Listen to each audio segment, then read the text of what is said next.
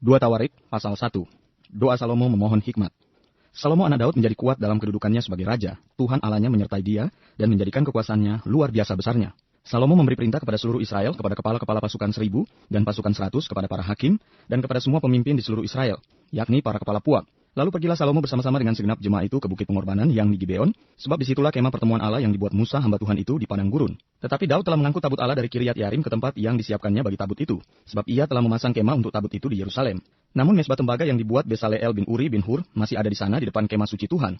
Maka kesanalah Salomo dan jemaah itu meminta petunjuk Tuhan. Salomo mempersembahkan korban di sana di hadapan Tuhan, di atas mesbah tembaga yang di depan kemah pertemuan itu. Ia mempersembahkan 1000 korban bakaran di atasnya. Pada malam itu juga Allah menampakkan diri kepada Salomo dan berfirman kepadanya, "Mintalah apa yang hendak kuberikan kepadamu." Berkatalah Salomo kepada Allah, "Engkaulah yang telah menunjukkan kasih setiamu yang besar kepada Daud ayahku, dan telah mengangkat aku menjadi raja menggantikan dia. Maka sekarang ya Tuhan Allah, tunjukkanlah keteguhan janjimu kepada Daud ayahku, sebab engkaulah yang telah mengangkat aku menjadi raja atas suatu bangsa yang banyaknya seperti debu tanah. Berilah sekarang kepadaku hikmat dan pengertian supaya aku dapat keluar dan masuk sebagai pemimpin bangsa ini. Sebab siapakah yang dapat menghakimi umatmu yang besar ini?" Berfirmanlah Allah kepada Salomo, "Oleh karena itu yang kau ingini, dan engkau tidak meminta kekayaan, harta benda, kemuliaan atau nyawa pembencimu, dan juga tidak meminta umur panjang, tetapi sebaliknya, engkau meminta kebijaksanaan dan pengertian untuk dapat menghakimi umatku yang atasnya aku telah merajakan engkau. Maka kebijaksanaan dan pengertian itu diberikan kepadamu. Selain itu aku berikan kepadamu kekayaan, harta benda, dan kemuliaan, sebagaimana belum pernah ada pada raja-raja sebelum engkau, dan tidak akan ada pada raja-raja sesudah engkau." Lalu pulanglah Salomo dari bukit pengorbanan yang di Gibeon itu, dari depan kemah pertemuan ke Yerusalem, dan ia memerintah atas Israel. Harta kekayaan Salomo. Salomo mengumpulkan juga kereta-kereta dan orang-orang berkuda, sehingga ia mempunyai 1400 kereta dan 12.000 orang berkuda, yang semuanya ditempatkan dalam kota-kota kereta dan dekat raja di Yerusalem. Raja membuat banyaknya emas dan perak di Yerusalem sama seperti batu, dan banyaknya pohon kayu ara sama seperti pohon ara yang tumbuh di daerah bukit. Kuda untuk Salomo didatangkan dari Misraim dan dari Kewe. Saudagar-saudagar raja membelinya dari Kewe dengan harga pasar. Sebuah kereta yang didatangkan dari Misraim berharga sampai 600 sikal perak, dan seekor kuda sampai 150 sikal. Dan begitu juga melalui mereka dikeluarkan semuanya itu kepada semua raja orang Het. Persiapan untuk mendirikan bait suci. Salomo memerintahkan untuk mendirikan suatu rumah bagi nama Tuhan dan suatu istana kerajaan bagi dirinya sendiri. Dan Salomo mengerahkan 70.000 kuli, 80.000 tukang pahat di pegunungan, dan 3.600 mandur untuk mengawasi mereka itu. Lalu Salomo mengutus orang kepada Huram, raja negeri Tirus dengan pesan, "Perbuatlah terhadap aku seperti yang kau perbuat terhadap ayahku Daud, ketika engkau mengirim kayu aras kepadanya, sehingga ia dapat mendirikan baginya suatu istana untuk tinggal di situ. Ketahuilah aku hendak mendirikan sebuah rumah bagi nama Tuhan Allahku untuk menguduskannya bagi dia, supaya di hadapannya dibakar ukupan dari wangi-wangian, tetap diatur roti sajian, dan dipersembahkan korban bakaran pada waktu pagi dan pada waktu petang, pada hari-hari Sabat dan bulan-bulan baru, dan pada perayaan-perayaan yang ditetapkan Tuhan Allah kami, sebab semuanya itu adalah kewajiban orang Israel untuk selama-lamanya. Dan rumah yang hendak kudirikan itu harus besar, sebab Allah kami lebih besar dari segala Allah. Tetapi siapa yang mampu mendirikan suatu rumah bagi dia, sedangkan langit, bahkan langit yang mengatasi segala langit pun tidak dapat memuat dia, dan siapakah aku ini sehingga aku hendak mendirikan suatu rumah bagi dia, kecuali sebagai tempat untuk membakar korban di hadapannya? Maka sekarang kirimlah kepadaku seorang yang ahli mengerjakan emas, perak, tembaga, besi, kain ungu muda, kain kirmisi, kain ungu tua, dan yang juga pandai membuat ukiran untuk membantu para ahli yang ada padaku di Yehuda dan di Yerusalem yang telah ditunjuk ayahku Daud. Kirim juga kepadaku kayu aras, sanobar, dan cendana dari gunung Libanon. Sebab aku tahu bahwa hamba-hambamu pandai menebang pohon dari Libanon. Dalam pada itu hamba-hambaku akan membantu hamba-hambamu untuk menyediakan bagiku sejumlah besar kayu. Sebab rumah yang hendak kudirikan itu harus besar dan mentakjubkan. Dan untuk tukang-tukang yang menebang pohon kuberikan gandum 20.000 kor, jelai 20.000 kor, anggur 20.000 bat, dan minyak 20.000 bat, sebagai bahan makanan bagi hamba-hambamu itu." Dan Huram raja negeri Tirus mengirim surat balasan kepada Salomo yang berbunyi, "Karena Tuhan mengasihi umatnya, ia telah mengangkat engkau menjadi raja atas mereka." Lalu Huram melanjutkan, "Terpujilah Tuhan Allah orang Israel yang menjadikan langit dan bumi, karena ia telah memberikan kepada Raja Daud seorang anak yang bijaksana, penuh akal budi dan pengertian, yang akan mendirikan suatu rumah bagi Tuhan dan suatu istana kerajaan bagi dirinya sendiri. Maka sekarang aku mengirim seorang ahli yang penuh pengertian, yakni Huram Abi, anak seorang perempuan dari Bani Dan, sedang ayahnya orang Tirus. Ia pandai mengerjakan emas, perak, tembaga, besi, batu, kayu, kain ungu muda, kain ungu tua, lenan halus, dan kain kirmisi, dan juga pandai membuat segala jenis ukiran dan segala jenis rancangan yang ditugaskan kepadanya dengan dibantu oleh ahli-ahlimu dan oleh ahli-ahli ayahmu tuanku Daud. Baiklah sekarang tuanku kirim kepada hamba-hamba tuanku gandum dan jelai, minyak dan anggur yang telah tuanku sebutkan itu. Dan kami akan menebang kayu dari gunung Libanon sebanyak engkau perlukan dan membawanya kepadamu dengan rakit-rakit melalui laut sampai ke Yafo, dan kau dapat mengangkutnya ke Yerusalem." Lalu Salomo menghitung semua orang asing yang laki-laki yang ada di negeri Israel, sama seperti yang pernah dilakukan Daud ayahnya. Maka terdapatlah 153.600 orang, dan dari antara mereka 70.000 orang dijadikannya kuli, 80.000 orang tukang pahat di pegunungan, dan 3.600 orang mandur yang harus mendirikan bait suci. Salomo mulai mendirikan rumah Tuhan di Yerusalem, di Gunung Moria, di mana Tuhan menampakkan diri kepada Daud ayahnya, di tempat yang ditetapkan Daud, yakni di tempat pengirikan Ornan orang Yebus itu. Ia mulai mendirikan rumah itu dalam bulan yang kedua pada tahun keempat pemerintahannya. Inilah ukuran dasar yang dipakai Salomo untuk mendirikan rumah Allah. panjangnya 60 hasta menurut ukuran hasta yang lama, dan lebarnya 20 hasta. Balai di sebelah depan ruang besar rumah itu panjangnya 20 hasta menurut lebar rumah itu, dan tingginya 120 hasta. Balai itu dilapisinya dari dalam dengan emas murni. Ruang besar dipapaninya dengan kayu sanobar. Kayu itu disaputnya dengan emas tua, kemudian dipasangnya pohon korma dan untayan rantai di atasnya. Ruang itu dilapisinya juga dengan batu permata yang mahal-mahal sebagai perhiasan, sedang emasnya emas parwain. Demikianlah ruang itu, balok-baloknya, ambang-ambangnya, dinding-dindingnya, dan pintu-pintunya disaputnya dengan emas, dan pada dinding-dindingnya diukirkannya kerub. Kemudian ia membuat ruang Maha Kudus, panjangnya 20 hasta menurut lebar rumah itu, dan lebarnya 20 hasta juga. Lalu ia menyaputnya dengan emas tua seberat 600 talenta. Berat paku-paku 50 sikal emas. Juga kamar-kamar atas disaputnya dengan emas. Ia membuat 2 kerub berupa pahatan di ruang Maha Kudus dan melapisinya dengan emas. Sayap kerub-kerub itu seluruhnya 20 hasta panjangnya. Sayap yang sebelah kerub yang satu 5 hasta panjangnya dan menyentuh dinding ruang. Sedang sayapnya yang sebelah lagi juga 5 hasta panjangnya dan menyentuh sayap kerub yang lain. Begitu pula sayap kerub yang lain itu 5 hasta panjangnya dan menyentuh dinding ruang. Sedang sayapnya yang sebelah lagi juga 5 hasta panjangnya dan bersentuhan dengan sayap kerub yang pertama. Jadi sayap kedua kerub itu membentang sepanjang 20 hasta, sedang kedua kerub itu berdiri di atas kakinya dan menghadap ruang besar. Kemudian ia membuat tabirnya dari kain ungu tua, kain ungu muda, kain kirmisi dan linen halus, dan menggambarkan kerubim padanya. Benda-benda logam bait suci. Di depan rumah itu dibuatnya 2 tiang yang tingginya 35 hasta dengan ganja di kepalanya masing-masing setinggi 5 hasta. Lalu dibuatnya untayan rantai yang dipasangnya sebagai kalung di atas kepala tiang-tiang itu. Dan dibuatnya 100 buah delima yang dipasangnya pada untayan rantai itu. Tiang-tiang itu didirikannya di depan bait suci, yang satu di sebelah kanan dan yang lain di sebelah kiri. Tiang kanan dinamainya Yakin. Lalu ia membuat mesbah tembaga yang 20 hasta panjangnya dan 20 hasta lebarnya dan 10 hasta tingginya.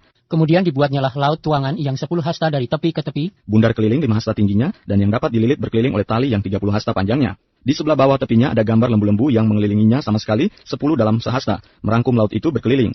Lembu itu 2 jajar dituang setuangan dengan bejana itu. Laut itu menumpang di atas 12 lembu, 3 menghadap ke utara dan 3 menghadap ke barat. 3 menghadap ke selatan dan 3 menghadap ke timur. Laut itu menumpang di atasnya, sedang segala buntut lembu itu menuju ke dalam.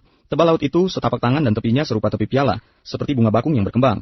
Laut itu dapat memuat 3.000 bat air. Lagi pula dibuatnya 10 bejana pembasuhan dan ditaruhnya 5 pada sisi kanan dan 5 pada sisi kiri sebagai tempat pembasuhan. Di situ orang membasuh apa yang diperlukan untuk korban bakaran, sedang laut itu adalah untuk para imam sebagai tempat membasuh. Ia membuat 10 kandil emas sesuai dengan rancangannya dan menaruhnya di dalam bait suci, 5 di sebelah kanan dan 5 di sebelah kiri. Selanjutnya ia membuat 10 meja dan menempatkannya di dalam bait suci, 5 di sebelah kanan dan 5 di sebelah kiri. Ia membuat pula 100 bokor penyiraman dari emas. Ia membuat pula pelataran para imam, halaman besar dan pintu-pintu halaman itu. Pintu-pintu itu dilapisinya dengan tembaga.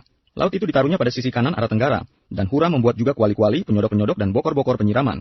Demikianlah Huram menyelesaikan pekerjaan yang harus dilakukannya bagi Raja Salomo di rumah Allah, yakni kedua tiang dengan kedua bulatan ganja di kepala tiang itu, kedua jala-jala yang menutup kedua bulatan ganja itu, ke-400 buah delima untuk kedua jala-jala itu, 2 jajar buah delima untuk 1 jala-jala guna menutupi kedua bulatan ganja yang di atas tiang itu.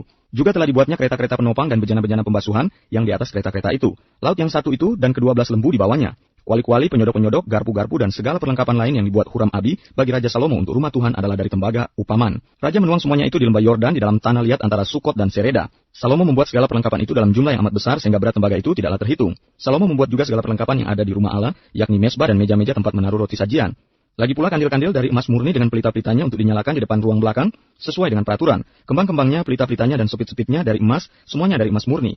Pisau-pisaunya, bokor-bokor penyiramannya, cawan-cawannya, dan perbaraan-perbaraannya dari emas murni. Juga pintu masuk rumah itu, dan pintu-pintu yang di sebelah dalam, ke tempat Maha Kudus, dan pintu-pintu ke ruang besar bait suci. Maka selesailah segala pekerjaan yang dilakukan Salomo untuk rumah Tuhan itu. Kemudian Salomo memasukkan barang-barang kudus Daud ayahnya, dan menaruh perak, emas, dan barang-barang itu dalam perbendaharaan rumah Allah. Pasal 5 ayat 2 sampai pasal 7 ayat 10, pentahbisan bait suci. Tabut perjanjian dipindahkan dan kemuliaan Tuhan memenuhi bait suci. Pada waktu itu Salomo menyuruh para tua-tua Israel dan semua kepala suku, para pemimpin puak orang Israel berkumpul di Yerusalem untuk mengangkut tabut perjanjian Tuhan dari kota Daud yaitu Sion. Maka pada hari raya di bulan ke-7 berkumpullah di hadapan raja semua orang Israel. Setelah semua tua-tua orang Israel datang, maka orang-orang Lewi mengangkat tabut itu. Mereka mengangkut tabut itu dan kemah pertemuan dan segala barang kudus yang ada dalam kemah itu. Semuanya itu diangkut oleh imam-imam dan orang-orang Lewi. Tetapi Raja Salomo dan segenap umat Israel yang sudah berkumpul di hadapannya berdiri di depan tabut itu dan mempersembahkan kambing domba dan lembu sapi yang tidak terhitung dan tidak terbilang banyaknya. Kemudian imam-imam membawa tabut perjanjian Tuhan itu ke tempatnya di ruang belakang rumah itu, di tempat Maha Kudus, tepat di bawah sayap kerub-kerub. Jadi kerub-kerub itu mengembangkan kedua sayapnya di atas tempat tabut itu, sehingga kerub-kerub itu menudungi tabut serta kayu-kayu pengusungnya dari atas. Kayu-kayu pengusung itu demikian panjangnya sehingga ujungnya kelihatan dari tempat kudus yang di depan ruang belakang itu, tetapi tidak kelihatan dari luar, dan disitulah tempatnya sampai hari ini. Dalam tabut itu tidak ada apa-apa selain dari kedua loh yang ditaruh Musa ke dalamnya di Gunung Horeb. Ketika Tuhan mengikat perjanjian dengan orang Israel pada waktu perjalanan mereka keluar dari Mesir. Lalu para imam keluar dari tempat kudus. Para imam yang ada pada waktu itu semuanya telah menguduskan diri lepas dari giliran rombongan masing-masing. Demikian pula para penyanyi orang Lewi semuanya hadir, yakni Asaf, Heman, Yedutun, beserta anak-anak dan saudara-saudaranya. Mereka berdiri di sebelah timur mesbah, berpakaian lenan halus dan dengan ceracap, gambus, dan kecapinya. Bersama-sama 120 imam peniup nafiri. Lalu para peniup nafiri dan para penyanyi itu serentak memperdengarkan paduan suaranya untuk menyanyikan puji-pujian dan syukur kepada Tuhan. Mereka menyaringkan suara dengan nafiri, ceracap, dan alat-alat musik sambil memuji Tuhan dengan ucapan, sebab ia baik bahwasanya untuk selama-lamanya kasih setianya. Pada ketika itu, rumah itu yakni rumah Tuhan dipenuhi awan, sehingga imam-imam itu tidak tahan berdiri untuk menyelenggarakan kebaktian oleh karena awan itu. Pasal 6, sebab kemuliaan. Pada waktu itu berkatalah Salomo, Tuhan telah memutuskan untuk diam dalam lembah kekelaman. Sekarang aku telah mendirikan rumah kediaman bagimu, tempat engkau menetap selama-lamanya. Tuhan menepati janjinya kepada Daud. Kemudian berpalinglah raja lalu memberkati seluruh jemaah Israel, sedang segenap jemaah Israel berdiri. Ia berkata, terpujilah Tuhan Allah orang Israel, yang telah menyelesaikan dengan tangannya apa yang difirmankannya dengan mulutnya kepada Daud ayahku demikian. Sejak aku membawa umatku keluar dari tanah Mesir, tidak ada kota yang kupilih di antara segala suku Israel untuk mendirikan rumah di sana sebagai tempat kediaman namaku, dan tidak ada orang yang kupilih untuk menjadi raja atas umatku Israel. Tetapi kemudian aku memilih Yerusalem sebagai tempat kediaman namaku, dan memilih Daud untuk berkuasa atas umatku Israel. Ketika Daud ayahku bermaksud mendirikan rumah untuk nama Tuhan Allah Israel, berfirmanlah Tuhan kepadanya, engkau bermaksud mendirikan rumah untuk namaku, dan maksudmu itu memanglah baik. Hanya bukanlah engkau yang akan mendirikan rumah itu, melainkan anak kandungmu yang akan lahir kelak. Dialah yang akan mendirikan rumah itu untuk namaku. Jadi Tuhan telah menepati janji yang telah diucapkannya. Aku telah bangkit menggantikan Daud ayahku dan telah duduk di atas tahta kerajaan Israel. Seperti yang difirmankan Tuhan, aku telah mendirikan rumah ini untuk nama Tuhan Allah Israel, dan telah menempatkan di sana tabut yang memuat perjanjian yang telah diikat Tuhan dengan orang Israel. Doa Salomo. Kemudian berdirilah ia di depan mezbah Tuhan di hadapan segenap jemaah Israel, lalu menadakan tangannya. Karena Salomo telah membuat sebuah mimbar tembaga yang panjangnya 5 hasta, lebarnya 5 hasta, dan tingginya 3 hasta, yang ditaruhnya di halaman. Ia berdiri di atasnya lalu berlutut di hadapan segenap jemaah Israel, dan menadakan tangannya ke langit, sambil berkata, Ya Tuhan Allah Israel, tidak ada Allah seperti engkau di langit dan di bumi. Engkau yang memelihara perjanjian dan kasih setia kepada hamba-hambamu, yang dengan segenap hatinya hidup di hadapanmu. Engkau yang tetap berpegang pada janjimu terhadap hambamu Daud ayahku, dan yang telah menggenapi dengan tanganmu apa yang kau firmankan dengan mulutmu, seperti yang terjadi pada hari ini. Maka sekarang ya Tuhan Allah Israel, peliharalah apa yang kau janjikan kepada hambamu Daud ayahku, dengan berkata, keturunanmu takkan terputus di hadapanku dan tetap akan duduk di atas tahta kerajaan Israel, asal anak-anakmu tetap hidup menurut hukumku, sama seperti engkau hidup di hadapanku. Maka sekarang ya Tuhan Allah Israel, biarlah terbukti kebenaran firman-Mu yang telah kau ucapkan kepada hambamu Daud. Tetapi benarkah Allah hendak diam bersama dengan manusia di atas bumi? Sesungguhnya langit, bahkan langit yang mengatasi segala langit pun tidaklah dapat memuat engkau, terlebih lagi rumah yang kudirikan ini. Maka berpalinglah kepada doa dan permohonan hambamu ini, ya Tuhan Allahku. Dengarkanlah seruan dan doa yang hambamu panjatkan di hadapanmu ini. Kiranya matamu terbuka terhadap rumah ini, siang dan malam, terhadap tempat yang kau katakan akan menjadi kediaman namamu. Dengarkanlah doa yang hambamu panjatkan di tempat ini. Dan dengarkanlah permohonan hambamu dan umatmu Israel yang mereka panjatkan di tempat ini. Bahwa engkau juga yang mendengarnya dari tempat kediamanmu, dari sorga, dan apabila engkau mendengarnya maka engkau akan mengampuni. Jika seseorang telah berdosa kepada temannya lalu diwajibkan mengangkat sumpah dengan mengutuk dirinya dan ia datang bersumpah ke depan mezbamu di dalam rumah ini, maka engkau pun hendaklah mendengar dari sorga dan bertindak serta mengadili hamba-hambamu, yakni membalas perbuatan orang bersalah dengan menanggungkannya kepada orang itu sendiri, tetapi membenarkan orang yang benar dengan membalaskan kepadanya sesuai dengan kebenarannya. Apabila umatmu Israel terpukul kalah oleh musuhnya karena mereka berdosa kepadamu, kemudian mereka berbalik dan mengakui namamu dan mereka berdoa dan memohon di hadapanmu di rumah ini, maka engkau pun kiranya mendengar dari sorga dan mengampuni dosa umatmu Israel dan mengembalikan mereka ke tanah yang telah kau berikan kepada mereka dan nenek moyang mereka. Apabila langit tertutup sehingga tidak ada hujan sebab mereka berdosa kepadamu, lalu mereka berdoa di tempat ini dan mengakui namamu dan mereka berbalik dari dosanya sebab engkau telah menindas mereka, maka engkau pun kiranya mendengarkannya di sorga dan mengampuni dosa hamba-hambamu umatmu Israel. Karena engkaulah yang menunjukkan kepada mereka jalan yang baik yang harus mereka jalani, dan engkau kiranya memberikan hujan kepada tanahmu yang telah kau berikan kepada umatmu menjadi milik pusaka. Apabila ada kelaparan di negeri ini, apabila ada penyakit sampar, hama dan penyakit gandum, belalang dan belalang pelahap, apabila musuh menyesakkan mereka di salah satu kota mereka, apabila ada tula atau penyakit apapun, lalu seseorang atau segenap umatmu Israel memanjatkan doa dan permohonan di rumah ini, dengan menadakan tangannya, karena mereka masing-masing mengenal tulanya dan penderitaannya sendiri, maka engkau pun kiranya mendengar dari sorga tempat kediamanmu yang tetap, dan kiranya engkau mengampuni dan membalas kepada setiap orang sesuai dengan segala perbuatannya, karena engkau mengenal hatinya, sebab engkau sajalah yang mengenal hati anak-anak manusia, supaya mereka takut akan engkau dan mengikuti segala jalan yang engkau tunjukkan selama mereka hidup di atas tanah yang telah kau berikan kepada nenek moyang kami. Juga apabila seorang asing yang tidak termasuk umatmu Israel datang dari negeri jauh, oleh karena namamu yang besar, tanganmu yang kuat dan lenganmu yang teracung, dan dia datang berdoa di rumah ini, maka engkau pun kiranya mendengar dari sorga dari tempat kediamanmu yang tetap, dan kiranya engkau bertindak sesuai dengan segala yang diserukan kepadamu oleh orang asing itu, supaya segala bangsa di bumi mengenal namamu sehingga mereka takut akan engkau, sama seperti umatmu Israel, dan sehingga mereka tahu bahwa namamu telah diserukan atas rumah yang telah kudirikan ini. Apabila umatmu keluar untuk berperang melawan musuh-musuhnya ke arah manapun engkau menyuruh mereka, dan apabila mereka berdoa kepadamu dengan berkiblat ke kota yang telah kau pilih ini, dan ke rumah yang telah kudirikan bagi namamu, maka engkau kiranya mendengar dari sorga doa dan permohonan mereka, dan engkau kiranya memberikan keadilan kepada mereka. Apabila mereka berdosa kepadamu, karena tidak ada manusia yang tidak berdosa, dan kau murka kepada mereka dan menyerahkan mereka kepada musuh, sehingga mereka diangkut tertawan ke negeri yang jauh atau yang dekat, dan apabila mereka sadar kembali dalam hatinya di negeri tempat mereka tertawan, dan mereka berbalik dan memohon kepadamu di negeri tempat mereka tertawan dengan berkata, kami telah berdosa, bersalah dan berbuat fasik. Apabila mereka berbalik kepadamu dengan segenap hatinya dan dengan segenap jiwanya di negeri orang-orang yang mengangkut mereka tertawan, dan apabila mereka berdoa kepadamu dengan berkiblat ke negeri mereka yang telah kau berikan kepada nenek moyang mereka, ke kota yang telah kau pilih dan ke rumah yang telah kudirikan bagi namamu, maka engkau kiranya mendengarkan dari sorga dari tempat kediamanmu yang tetap, kepada doa dan segala permohonan mereka, dan kiranya engkau memberikan keadilan kepada mereka, dan engkau kiranya mengampuni umatmu yang telah berdosa kepadamu. Sebab itu ya Allahku, kiranya matamu terbuka dan telingamu menaruh perhatian kepada doa yang dipanjatkan di tempat ini. Dan sekarang bangunlah ya Tuhan Allah dan pergilah ke tempat perhentianmu, engkau serta tabut kekuatanmu. Kiranya ya Tuhan Allah imam-imammu berpakaian keselamatan, dan orang-orang yang kau kasihi bersukacita karena kebaikanmu. Ya Tuhan Allah, janganlah engkau menolak orang yang telah kau urapi, ingatlah akan segala kasih setiamu, nyanyian syukur. Setelah Salomo mengakhiri doanya, api pun turun dari langit memakan habis korban bakaran dan korban-korban sembelihan itu. Dan kemuliaan Tuhan memenuhi rumah itu. Para imam tidak dapat memasuki rumah Tuhan itu, karena kemuliaan Tuhan memenuhi rumah Tuhan. Ketika segenap orang Israel melihat api itu turun dan kemuliaan Tuhan meliputi rumah itu, berlututlah mereka di atas lantai dengan muka mereka sampai ke tanah, lalu sujud menyembah dan menyanyikan syukur bagi Tuhan. Sebab ia baik bahwasanya untuk selama-lamanya kasih setianya. Korban pentahbisan dan perayaan. Lalu raja bersama-sama seluruh bangsa mempersembahkan korban sembelihan di hadapan Tuhan. Sebagai korban sembelihan, Raja Salomo mempersembahkan 22.000 ekor lembu sapi, 120.000 ekor kambing domba. Demikianlah raja dan seluruh bangsa mentahbiskan rumah Allah. Para imam telah siap berdiri pada tempat mereka. Begitu pula orang-orang Lewi telah siap dengan alat-alat musik untuk memuliakan Tuhan, yakni alat-alat musik yang dibuat Raja Daud untuk mengiringi nyanyian syukur bagi Tuhan. Bahwasanya untuk selama-lamanya kasih setianya. Setiap kali mereka ditugaskan Daud menyanyikan puji-pujian. Dalam pada itu para imam berdiri berhadapan dengan mereka sambil meniup nafiri, sedang segenap orang Israel berdiri. Lalu Salomo menguduskan pertengahan pelataran yang di depan rumah Tuhan, sebab disitulah diolahnya segala korban bakaran dan lemak korban keselamatan, sebab mezbah tembaga yang dibuat Salomo tidak dapat memuat korban bakaran dan korban sajian dan segala lemak korban. Dan pada waktu itu juga Salomo mengadakan perayaan Pondok Daun selama 7 hari, bersama-sama dengan seluruh Israel, suatu jemaah yang amat besar, dari jalan masuk ke Hamat sampai ke sungai Mesir. Pada hari yang ke-8 mereka mengadakan perkumpulan raya, karena mereka telah merayakan pentahbisan mezbah selama 7 hari, dan perayaan Pondok Daun selama 7 hari. Pada hari yang ke-23 bulan ke-7 disuruhnya bangsa itu pulang ke kemah mereka sambil bersukacita dan bergembira atas kebaikan yang telah dilakukan Tuhan kepada Daud, kepada Salomo, dan kepada orang Israel, umatnya. Tuhan menampakkan diri kepada Salomo untuk kedua kalinya. Demikianlah Salomo menyelesaikan rumah Tuhan dan istana raja dan berhasil melaksanakan dalam rumah Tuhan dan dalam istananya segala sesuatu yang timbul dalam hatinya. Kemudian Tuhan menampakkan diri kepada Salomo pada malam hari dan berfirman kepadanya, telah kudengar doamu dan telah kupilih tempat ini bagiku sebagai rumah persembahan. Bila mana aku menutup langit sehingga tidak ada hujan, dan bila mana aku menyuruh belalang memakan habis hasil bumi, dan bila mana aku melepaskan penyakit sampar di antara umatku, dan umatku yang atasnya namaku disebut merendahkan diri, berdoa dan mencari wajahku lalu berbalik dari jalan-jalannya yang jahat, maka aku akan mendengar dari sorga dan mengampuni dosa mereka serta memulihkan negeri mereka.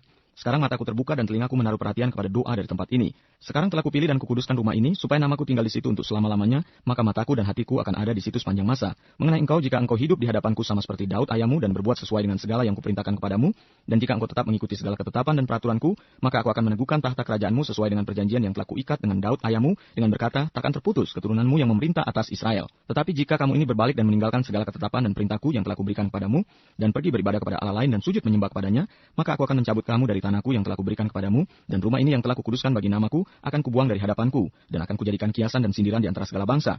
Dan setiap orang yang lewat rumah yang amat ditinggikan ini akan tertegun dan berkata, apakah sebabnya Tuhan berbuat yang demikian kepada negeri ini dan kepada rumah ini? Maka orang akan berkata, sebab mereka meninggalkan Tuhan Allah nenek moyang mereka, yang membawa mereka keluar dari tanah Mesir, dan sebab mereka berpegang pada Allah lain, dan sujud menyembah kepadanya, dan beribadah kepadanya. Itulah sebabnya ia mendatangkan beberapa usaha Raja Salomo. Setelah lewat 20 tahun, selesailah Salomo mendirikan rumah Tuhan dan istananya sendiri.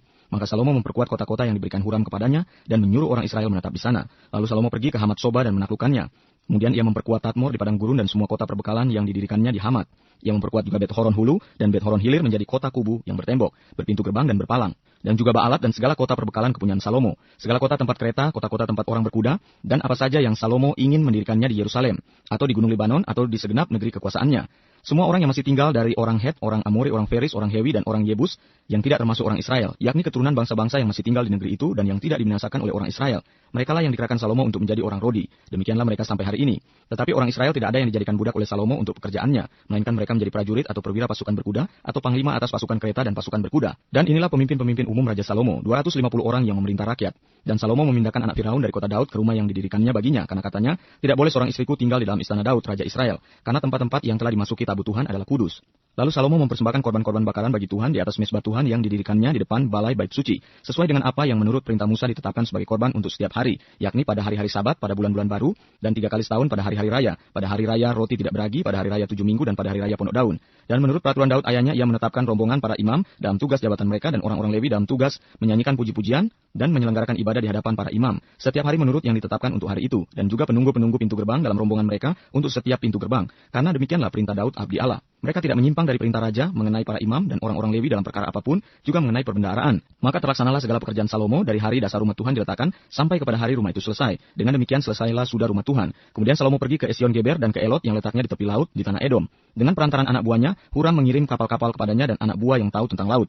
Bersama-sama anak buah Salomo mereka sampai ke Ofir dan dari sana mereka mengambil 450 talenta emas kunjungan Ratu Negeri Seba.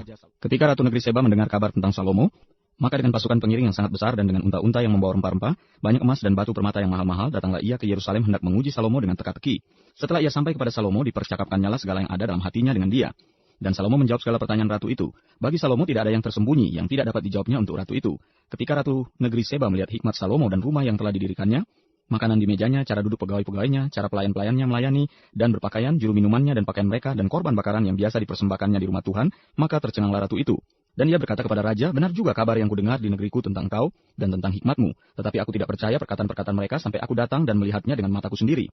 Sungguh setengah dari hikmatmu yang besar itu belum diberitahukan kepadaku. Engkau melebihi kabar yang kudengar. Berbahagialah orang-orangmu dan berbahagialah para pegawaimu ini yang selalu melayani engkau dan menyaksikan hikmatmu. Terpujilah Tuhan Allahmu yang telah berkenan kepadamu sedemikian hingga ia mendudukan engkau di atas tahtanya sebagai raja untuk Tuhan Allahmu. Karena Allahmu mengasihi orang Israel, maka ia menetapkan mereka untuk selama-lamanya dan menjadikan engkau raja atas mereka untuk melakukan keadilan dan kebenaran.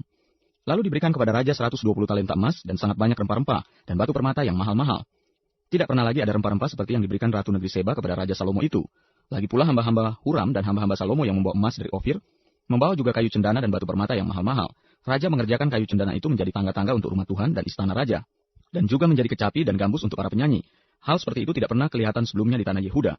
Raja Salomo memberikan kepada ratu negeri Seba segala yang dikendakinya dan yang dimintanya, melebihi yang dibawa ratu itu untuk raja. Lalu ratu itu berangkat pulang ke negerinya bersama-sama dengan pegawai-pegawainya. Penghasilan Salomo dan kekayaannya.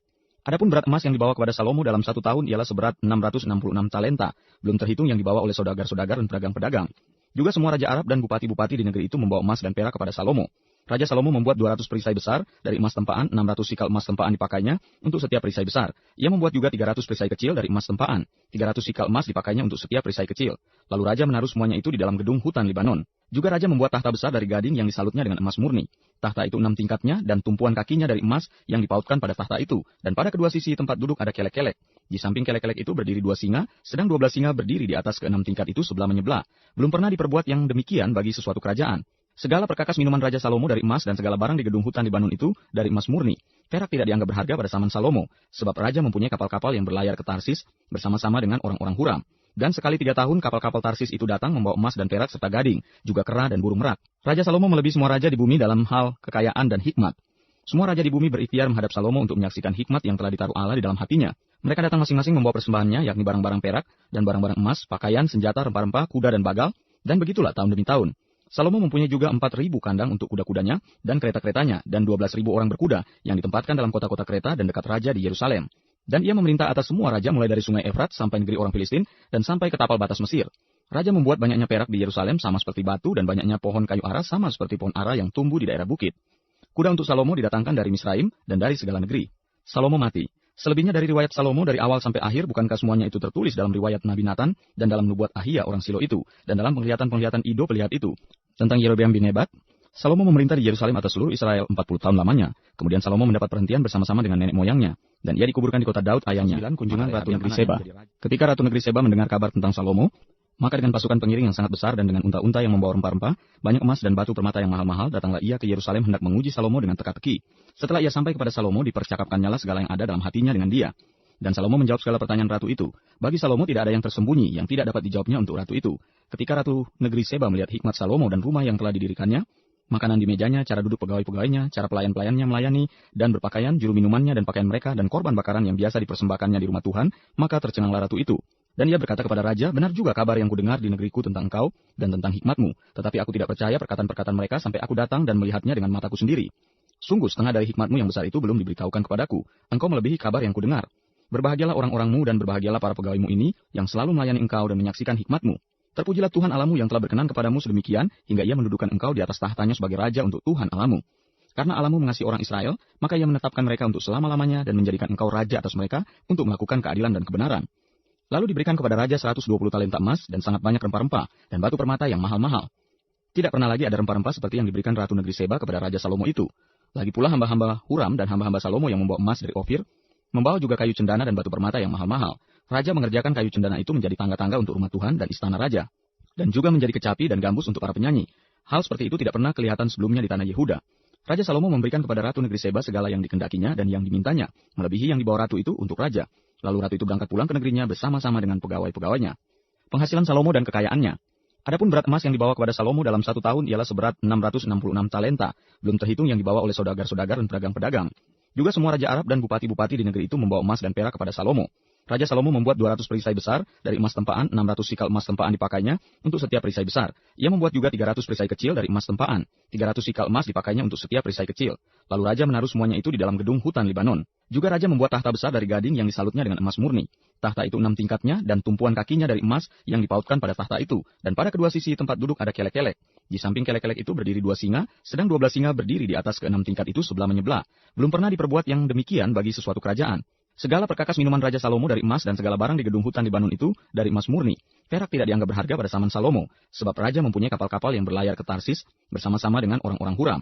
Dan sekali 3 tahun kapal-kapal Tarsis itu datang membawa emas dan perak serta gading, juga kera dan burung merak. Raja Salomo melebihi semua raja di bumi dalam hal kekayaan dan hikmat.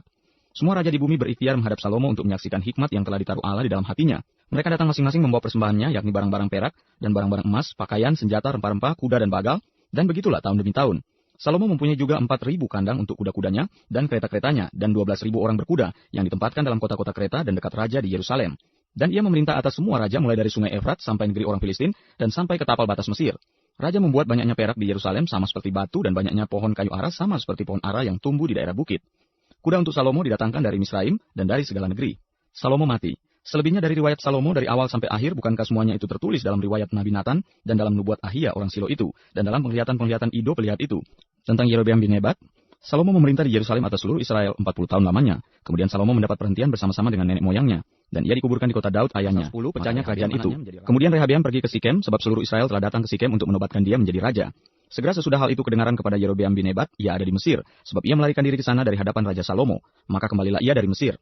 Orang menyuruh memanggil dia, lalu datanglah Yerobeam dengan seluruh orang Israel dan berkata kepada Rehabeam, ayahmu telah memberatkan tanggungan kami, maka sekarang ringankanlah pekerjaan yang sukar yang dibebankan ayahmu dan tanggungan yang berat yang dipikulkannya kepada kami, supaya kami menjadi hambamu. Tetapi ia menjawab mereka, datanglah kembali kepada Kulusa, lalu pergilah rakyat itu. Sesudah itu Rehabeam meminta nasihat dari para tua-tua yang selama hidup Salomo mendampingi Salomo ayahnya, katanya, apakah nasihatmu untuk menjawab rakyat itu? Mereka berkata kepadanya, jika engkau mau berlaku ramah terhadap rakyat itu, mau menyenangkan mereka dan mengatakan kata-kata yang baik kepada mereka, maka mereka menjadi hamba-hambamu sepanjang waktu. Tetapi ia mengabaikan nasihat yang diberikan para tua-tua itu. Lalu ia meminta nasihat kepada orang-orang muda yang sebaya dengan dia dan yang mendampinginya. Katanya kepada mereka, apakah nasihatmu supaya kita dapat menjawab rakyat yang mengatakan kepadaku, ringankanlah tanggungan yang dipikulkan kepada kami oleh ayahmu? Lalu orang-orang muda yang sebaya dengan dia itu berkata, beginilah harus kau katakan kepada rakyat yang telah berkata kepadamu, ayahmu telah memberatkan tanggungan kami, tetapi engkau ini, berilah keringanan kepada kami. Beginilah harus kau katakan kepada mereka, kelingkingku lebih besar daripada pinggang ayahku, maka sekarang ayahku telah membebankan kepada kamu tanggungan yang berat, tetapi aku akan menambah tanggungan kamu. Ayahku telah menghajar kamu dengan cambuk, tetapi aku akan menghajar kamu dengan cambuk yang berduri besi. Lusanya datanglah Yerobeam dengan segenap rakyat kepada Rehabeam seperti yang dikatakan raja, kembalilah kepada Kulusa. Raja Rehabeam menjawab mereka dengan keras, ia telah mengabaikan nasihat para tua-tua. Ia mengatakan kepada mereka menurut nasihat orang-orang muda, ayahku telah memberatkan tanggungan kamu, tetapi aku akan menambahnya. Ayahku telah menghajar kamu dengan cambuk, tetapi aku akan menghajar kamu dengan cambuk yang berduri besi. Jadi raja tidak mendengarkan permintaan rakyat, sebab hal itu merupakan perubahan yang disebabkan Allah, supaya Tuhan menepati firman yang diucapkannya dengan perantaraan Ahia orang Silo kepada Yerobeam bin Nebat. Setelah seluruh Israel melihat bahwa raja tidak mendengarkan permintaan mereka, maka rakyat menjawab raja, bagian apakah kita dapat daripada Daud? Kita tidak memperoleh warisan dari anak Isai itu. Masing-masing ke kemahmu, hai orang Israel. Uruslah sekarang rumahmu sendiri, hai Daud. Maka pergilah seluruh orang Israel ke kemahnya, sehingga Rehabeam menjadi raja hanya atas orang Israel yang diam di kota-kota Yehuda. Kemudian Raja Rehabeam mengutus Hadoram yang menjadi kepala Rodi. Tetapi orang-orang Israel melontari dia dengan batu sehingga mati. Bahkan Raja Rehabeam hampir-hampir tidak dapat menaiki keretanya untuk melarikan diri ke Yerusalem. Demikianlah mulanya orang Israel memberontak terhadap keluarga Daud. Ketika Rehabeam datang ke Yerusalem, ia mengumpulkan kaum Yehuda dan Benyamin, 180.000 teruna yang sanggup berperang untuk memerangi orang Israel dengan maksud mengembalikan kerajaan itu kepadanya. Tetapi datanglah firman Tuhan kepada Semaya, abdi Allah demikian. Katakanlah kepada Rehabeam, anak Salomo, Raja Yehuda, dan kepada segenap orang Israel di Yehuda dan di Benyamin demikian. Beginilah firman Tuhan, janganlah kamu maju dan janganlah kamu berperang melawan saudara-saudaramu. Pulanglah masing-masing ke rumahnya, sebab akulah yang menyebabkan hal ini terjadi. Maka mereka mendengarkan firman Tuhan dan pulang dengan tidak pergi menyerang Yerobeam. Raja Rehabeam, pengokohan kerajaan, keluarga raja. Rehabeam diam di Yerusalem dan memperkuat kota-kota kubu di Yehuda. Ia memperkuat Betlehem, Etam, Tekoa, Betsur, Soko, Adulam, Gad, Mares, Sif, Adoraim, Lakis, Aseka, Sora, Ayalon, dan Hebron, yang terletak di Yehuda dan di Benyamin, sebagai kota-kota berkubu. Ia memperkokoh kota-kota kubu itu, dan menempatkan di situ kepala-kepala pasukan dengan persediaan makanan, minyak, dan anggur. Perisai dan tombak pun disediakan di tiap-tiap kota. Ia membuat kota-kota itu amat kokoh. Demikianlah Yehuda dan Benyamin menjadi daerah kekuasaannya. Para imam dan orang Lewi di seluruh Israel datang menggabungkan diri dengan dia dari daerah-daerah kediaman mereka. Sebab orang Lewi meninggalkan tanah pengembalaan dan milik mereka, lalu pergi ke Yehuda dan Yerusalem. Oleh karena Yerobeam dan anak-anaknya melarang mereka memegang jabatan imam Tuhan, dan mengangkat bagi dirinya imam-imam untuk bukit-bukit pengorbanan, untuk jin-jin dan untuk anak-anak lembu jantan yang dibuatnya. Dari segenap suku Israel, orang datang ke Yerusalem mengikuti orang-orang Lewi itu, yakni orang yang telah membulatkan hatinya untuk mencari Tuhan Allah Israel, dan mereka datang untuk mempersembahkan korban kepada Tuhan Allah nenek moyang mereka. Demikianlah mereka memperkokoh kerajaan Yehuda dan memperkuat pemerintahan Rehabeam bin Salomo selama 3 tahun, karena selama 3 tahun mereka hidup mengikuti jejak Daud dan Salomo. Rehabeam mengambil Mahalat anak Yerimot bin Daud dan Abihail binti Elhiab bin Isai menjadi istrinya, yang melahirkan baginya anak-anak lelaki ini, Yeus, Semaria, dan Saham. Sesudah Mahalat, ia mengambil Maaka anak Absalom menjadi istrinya, yang melahirkan baginya Abia, Atai, Sisa, dan Selomit. Rehabeam mencintai Maaka anak Absalom itu lebih daripada semua istri dan gundiknya. Ia mengambil 18 istri dan 60 gundik, dan memperanakan 28 anak laki-laki dan 60 anak perempuan. Rehabeam mengangkat Abia anak Maaka sebagai pemuka, yakni sebagai pemimpin di antara saudara-saudaranya, karena ia bermaksud menjadikan dia raja. Oleh sebab itu ia mengambil kebijaksanaan untuk menyebarkan semua anaknya yang lain ke seluruh daerah Yehuda dan Benyamin, ke segala kota kubu. Ia memberikan mereka makanan dengan limpahnya dan menyerang Yerusalem. Rehabeam beserta seluruh Israel meninggalkan hukum Tuhan ketika kerajaannya menjadi kokoh dan kekuasaannya menjadi teguh. Tetapi pada tahun kelima zaman Raja Rehabeam, majulah Sisak Raja Mesir menyerang Yerusalem, karena mereka berubah setia terhadap Tuhan. Dengan 1.200 kereta dan 60.000 orang berkuda, sedang rakyat yang mengikutinya dari Mesir, yakni orang Libya, orang Suki, dan orang Ethiopia, tidak terhitung banyaknya. Ia merebut kota-kota benteng yang di Yehuda, bahkan mendekati Yerusalem. Nabi Semaya datang kepada Rehabeam dan pemimpin-pemimpin Yehuda yang berkumpul di Yerusalem berhubung dengan ancaman Sisak, dan berkata kepada mereka, "Beginilah firman Tuhan. Kamu telah meninggalkan aku, oleh sebab itu aku pun meninggalkan kamu juga dalam kuasa Sisak." Maka pemimpin-pemimpin Israel dan raja merendahkan diri dan berkata, "Tuhanlah yang benar." Ketika Tuhan melihat bahwa mereka merendahkan diri, datanglah firman Tuhan kepada Semaya bunyinya, "Mereka telah merendahkan diri. Oleh sebab itu aku tidak akan memusnahkan mereka. Aku segera akan meluputkan mereka, dan kehangatan murkaku tidak akan dicurahkan atas Yerusalem dengan perantaraan Sisak. Tetapi mereka akan menjadi hamba-hambanya, supaya mereka tahu membedakan antara mengabdi kepadaku dan mengabdi kepada kerajaan-kerajaan duniawi." Maka majulah Sisak Raja Mesir itu menyerang Yerusalem. Ia merampas barang-barang perbendaharaan rumah Tuhan dan barang-barang perbendaharaan rumah raja. Semuanya dirampasnya. Ia merampas juga perisai-perisai emas yang dibuat Salomo. Sebagai gantinya, Raja Rehabeam membuat perisai-perisai tembaga yang dipercayakannya kepada pemimpin-pemimpin bentara yang menjaga pintu istana raja. Setiap kali raja masuk ke rumah Tuhan, bentara-bentara datang membawa masuk perisai-perisai itu, dan mereka pula yang mengembalikannya ke kamar jaga para bentara.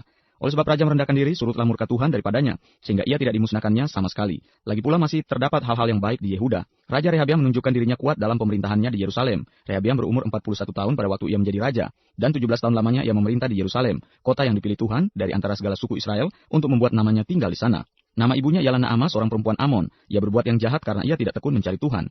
Bukankah riwayat Rehabeam dari awal sampai akhir semuanya tertulis dalam riwayat Semaya Nabi itu dan Ido pelihat itu, yang juga memuat daftar silsilah. Antara Rehabeam dan Yerobeam terus-menerus ada perang. Kemudian Rehabeam mendapat perhentian bersama-sama dengan nenek moyangnya, dan ia dikuburkan di kota Daud. Maka Abia anak Raja Abia. Dalam tahun ke-18 zaman Raja Yerobeam menjadi raja lah Abia atas Yehuda.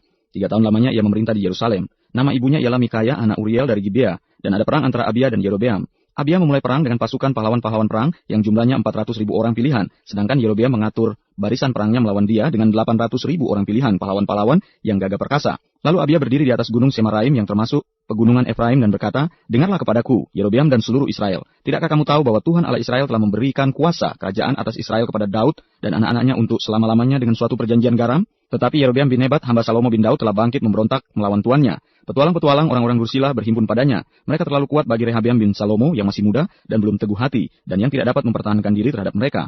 Tentu kamu menyangka bahwa kamu dapat mempertahankan diri terhadap kerajaan Tuhan yang dipegang keturunan Daud, karena jumlah kamu besar dan karena pada kamu ada anak lembu emas yang dibuat Yerobeam untuk kamu menjadi Allah. Bukankah kamu telah menyingkirkan imam-imam Tuhan, anak-anak Harun itu dan orang-orang Lewi, lalu mengangkat imam-imam menurut kebiasaan bangsa-bangsa negeri-negeri lain, sehingga setiap orang yang datang untuk ditabiskan dengan seekor lembu jantan muda dan 7 ekor domba jantan dijadikan imam untuk sesuatu yang bukan Allah. Tetapi kami ini Tuhanlah Allah kami, dan kami tidak meninggalkannya, dan anak-anak Harunlah yang melayani Tuhan sebagai imam, sedang orang Lewi menunaikan tugasnya. Yakni setiap pagi dan setiap petang mereka membakar bagi Tuhan korban bakaran dan ukupan dari wangi-wangian, menyusun roti sajian di atas meja yang tahir, dan mengatur kandil emas dengan pelita-pelitanya untuk dinyalakan setiap petang. Karena kamilah yang memelihara kewajiban kami terhadap Tuhan Allah kami, tetapi kamulah yang meninggalkannya. Lihatlah pada pihak kami Allah yang memimpin, sedang imam-imamnya siap meniup tanda serangan terhadap kamu dengan nafiri isyarat-isyarat. Hai orang Israel, jangan kamu berperang melawan Tuhan Allah nenek moyangmu, karena kamu tidak akan beruntung. Tetapi Yerobeam mengirim suatu pasukan penghadang yang harus membuat gerakan keliling supaya sampai di belakang mereka, sehingga induk pasukannya berada di depan Yehuda dan pasukan-pasukan penghadang di belakang mereka. Ketika Yehuda menoleh ke belakang, lihatlah mereka harus menghadapi pertempuran dari depan dan dari belakang. Mereka berteriak kepada Tuhan, sedang para imam meniup nafiri, dan orang-orang Yehuda memekikkan pekik perang. Pada saat orang-orang Yehuda itu memekikkan pekik perang, Allah memukul kala Yerobeam dan segenap orang Israel oleh Abia dan Yehuda. Orang Israel lari dari depan Yehuda, tetapi Allah menyerahkan mereka ke dalam tangan Yehuda. Abia dengan laskarnya mendatangkan kekalahan yang besar kepada mereka. Dari orang Israel mati terbunuh 500.000 orang pilihan. Demikianlah orang Israel ditundukkan pada waktu itu, sedang orang Yehuda menjadi kokoh, karena mereka mengandalkan diri kepada Tuhan, Allah nenek moyang mereka. Abia mengejar Yerobeam dan merebut daripadanya beberapa kota, yakni Betel dengan segala anak kotanya, Yesana dengan segala anak kotanya, dan Efron dengan segala anak kotanya. Tak pernah lagi Yerobeam mendapat kekuatan di zaman Abia. Tuhan memukul dia sehingga ia mati. Abia menunjukkan dirinya kuat. Ia mengambil 14 istri dan memperanakan 22 anak laki-laki dan 16 anak perempuan. Selebihnya dari riwayat Abia, langkah-langkahnya dan tita-titanya tertulis dalam kitab sejarah. Abia mendapat perhentian bersama-sama dengan nenek moyangnya, dan ia dikuburkan di kota Daud. Maka Asa anaknya menjadi raja menggantikan dia. Pada zaman pemerintahannya negeri itu aman selama 10 tahun. Raja Asa, kemenangan atas Sera. Asa melakukan apa yang baik dan yang benar di mata Tuhan Allahnya. Ia menjauhkan mesbah-mesbah asing dan bukit-bukit pengorbanan, memecahkan tugu-tugu berhala dan menghancurkan tiang-tiang berhala. Ia memerintahkan orang Yehuda supaya mereka mencari Tuhan Allah nenek moyang mereka dan mematuhi hukum dan perintah. Ia menjauhkan bukit-bukit pengorbanan dan pedupaan-pedupaan dari segala kota di Yehuda.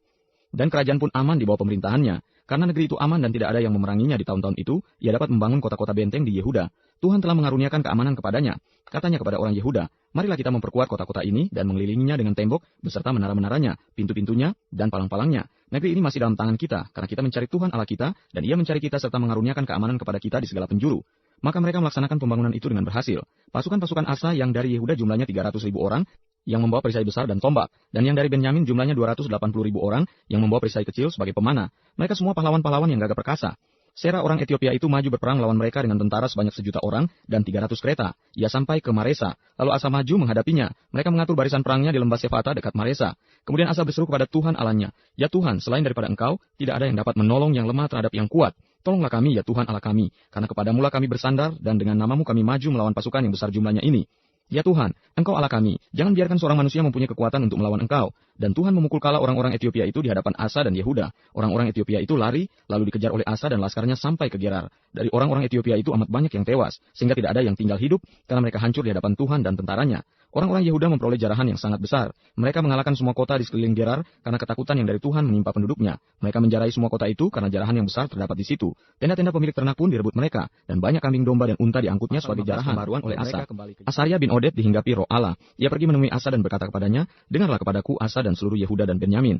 Tuhan beserta dengan kamu bila mana kamu beserta dengan dia. Bila mana kamu mencarinya, ia berkenan ditemui olehmu. Tetapi bila mana kamu meninggalkannya, kamu akan ditinggalkannya. Lama sekali Israel tanpa Allah yang benar, tanpa ajaran daripada imam dan tanpa hukum.